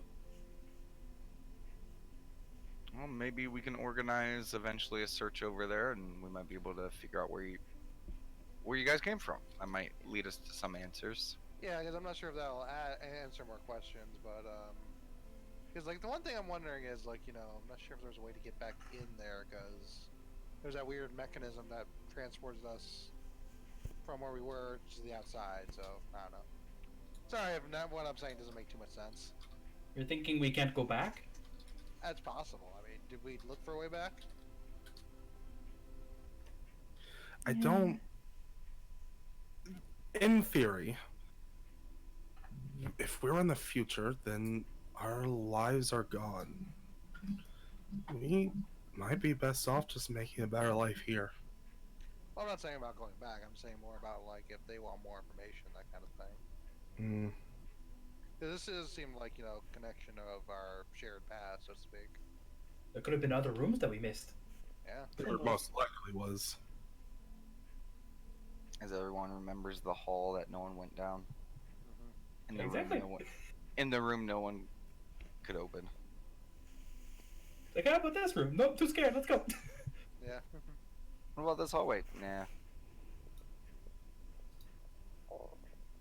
And you're naked and afraid. Anything goes. To be fair, both of those things you saw were when you were clothed. Clothed and afraid. Anything goes. We're clothed and in someone who's possibly a kidnapper slash crazy science person doing experiments. I mean, No, please, I either want we a were. stick. I mean, either we were kidnapped or we were made, and I don't like either of those options. Another question is, does the void that, dots our landscape, does that ring any bells for any of you guys? No, that's new. Yeah, Definitely no. you. Yeah. Never seen it before. Because we've had our own experimentations with it in our past.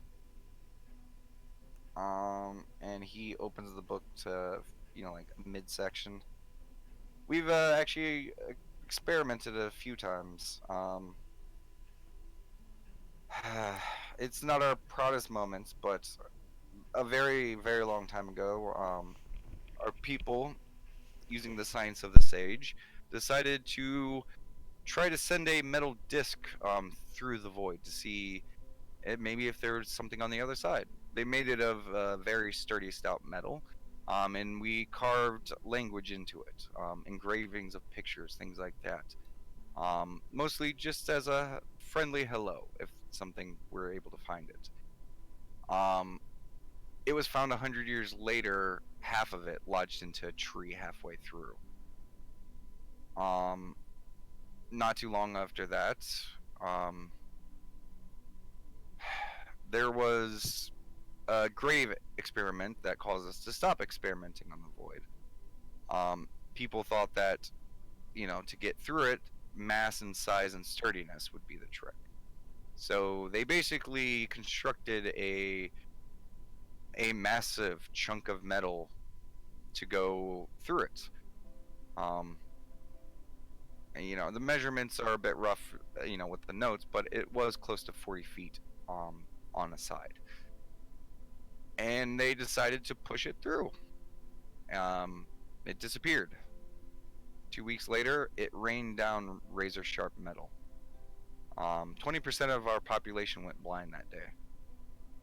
Oof. Wow. Ow. Why were they looking straight up? It was all throughout the air. Ugh. So, does it destroy anything that goes in the void, I guess? From everything we've thrown in it, comes back in pieces, one would assume. Has it been raining? Good.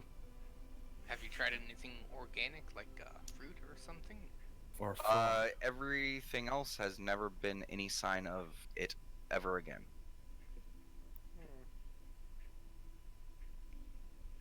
I mean, if it can do that to big, gigantic metal, I wouldn't want to be the person going through that. There's been something I've been wondering, like, since I assume you guys have been observing this phenomenon for a while now. Has it been getting bigger at all? No. There are certain measurements that we have surrounding the islands, that we have markers, and there have been times where the overall shape may adjust a few inches here and there, but overall it keeps the same relative shape. I have a question. Okay. You have those weird sending stones and T rock things with the pictures. Yes. Have you tried sending something to record on the other side? The thing is if we attach something and we put it through, it's no longer attached. It's just gone. So we need to retrieve that to record it. And so far, everything we've ever put in there just disappears. And if we do get it back, it's in pieces.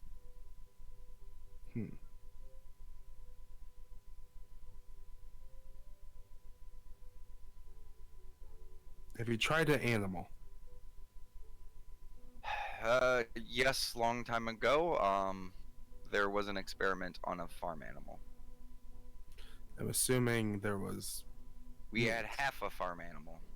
But, well, if it hasn't grown in forever, should we not worry about it? I mean, we don't, but we also live a life to where, we tend not to worry about anything else but living anyways. I mean, honestly, you guys are the first shakeup we've had in hundreds and hundreds of years. That sounds so boring, but I get it. And Bill looks over at Grislosh first. You're quiet. A nugget for your thought? Just in deep thought about all this. You mentioned that, like, putting vegetables or fruit in didn't really lead to anything, so. Yeah, once we put in a carrot, we held one end and we had half a carrot. Does anyone put in their arm? After the note of what it did to the farm animal, we've had 0 volunteers. Yeah, I imagine not. Yeah. Fair enough. And again, we have our stories with magic and stuff like that. And if this is all to be believed, which I still have my doubts, we have science to heal, and I mean, it took a better part of a week to heal your injuries, and you guys still are wounded. Someone losing an arm is not the best idea. Yeah. Yeah, well, if it's already lethargic, a bit broken. That's Um, sad. Yeah. Well, we have casts and things like that to help set bones, things like that. We try to avoid injuries through safety.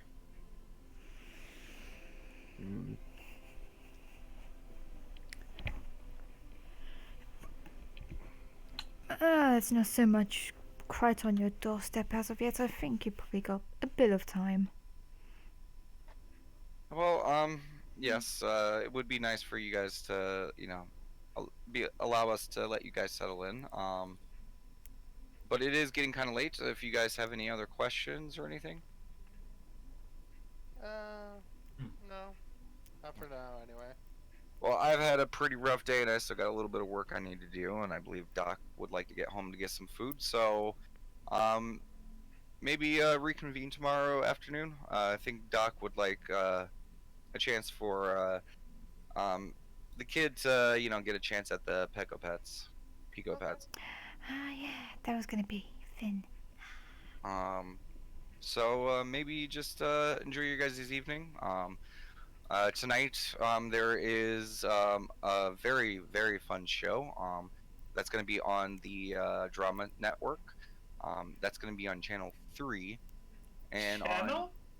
Yeah, it's just on the clicker. You'll see the numbers on it. Just you adjust it to whatever number.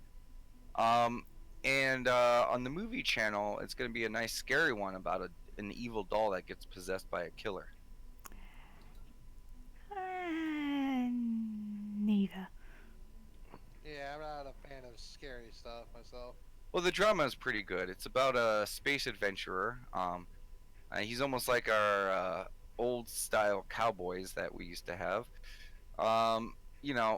It's a good show. It's about this strange individual as he travels the world on travels the worlds on a sea of stars.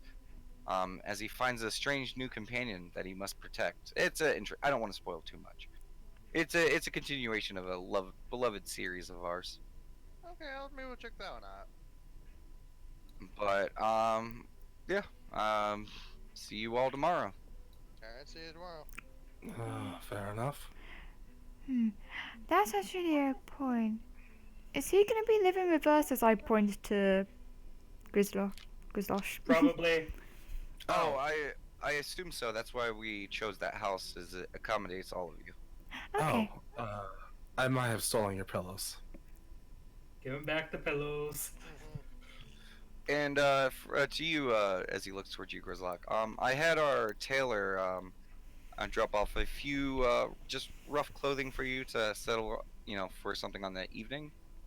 If you would tomorrow, just head over to his shop and he can suit you out however you would like. Okay. Someone's gonna have to show me the way there tomorrow because I have no clue where things are. Of course, I'm sure you guys will have plenty of free time tomorrow. All right. One last thing. This is a whiteboard, right? Yes. What's this thing right on the bottom of the corner? And he points to it. Looks kind of like a donkey. You have like all like spits them out. That's the DM as a last fuck you to you guys.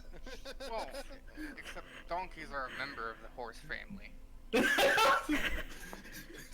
Yeah, Um, donkeys are like smaller horses. Sure, but are they exactly the same? Well, again, they're a member of the horse family. Okay, a lot of things. Also, like, do kind remember of them. uglier, make a You lot like of noises. I mean, Okay. like a. If you've never seen a horse, but you've seen a donkey, and you know it's a donkey, why the fuck would you know what a horse is? Again, you guys are arguing a point that just Donkey makes is a no horse. sense. The horse is Where- just the mascot for this series now. A donkey is just a shorter horse, like. Oh, Look okay. like shorter shorter humans, Okay, well, yeah, well, we don't have any of these horse things. We're well aware of that. Okay. Literally, Auntie is eye twitching, cigarette crushed. And Bill just kind of sighs. Okay, well, it's been a long day anyways, and he reaches in his pocket, pulls out another roll thing, starts lighting it. I'm gonna go back to work. And he walks out, does like a backhand, doesn't turn to wave towards you guys, does that kind of like lazy over the shoulder, like bye. And Yeah. you watch him as other people talk to him as he's walking down the road. Same thing as you guys had seen earlier. But you guys are there. All right, Grizzles, let's show you our new place. All right. Wait. I just barge in and go to my attic. My I'm attic. sure to lock up by the way once we're all in. Okay, so you guys are making your way over to your place. Yeah. Yeah. Okay. You get outside and you see the 5 passed out in front of your house. Oh hey, Josephine. Attack! We're under attack! Oh. As they all get up and they're all one of them picks up a broom, like a weapon, like a rifle. Another one grabs another one's arm and holds it over their shoulder like a club. And they're all just frantically popping up. Oh, it's you guys. Oh, oh, sorry. You lazy. You guys were supposed to be on watch. And they all just kind of look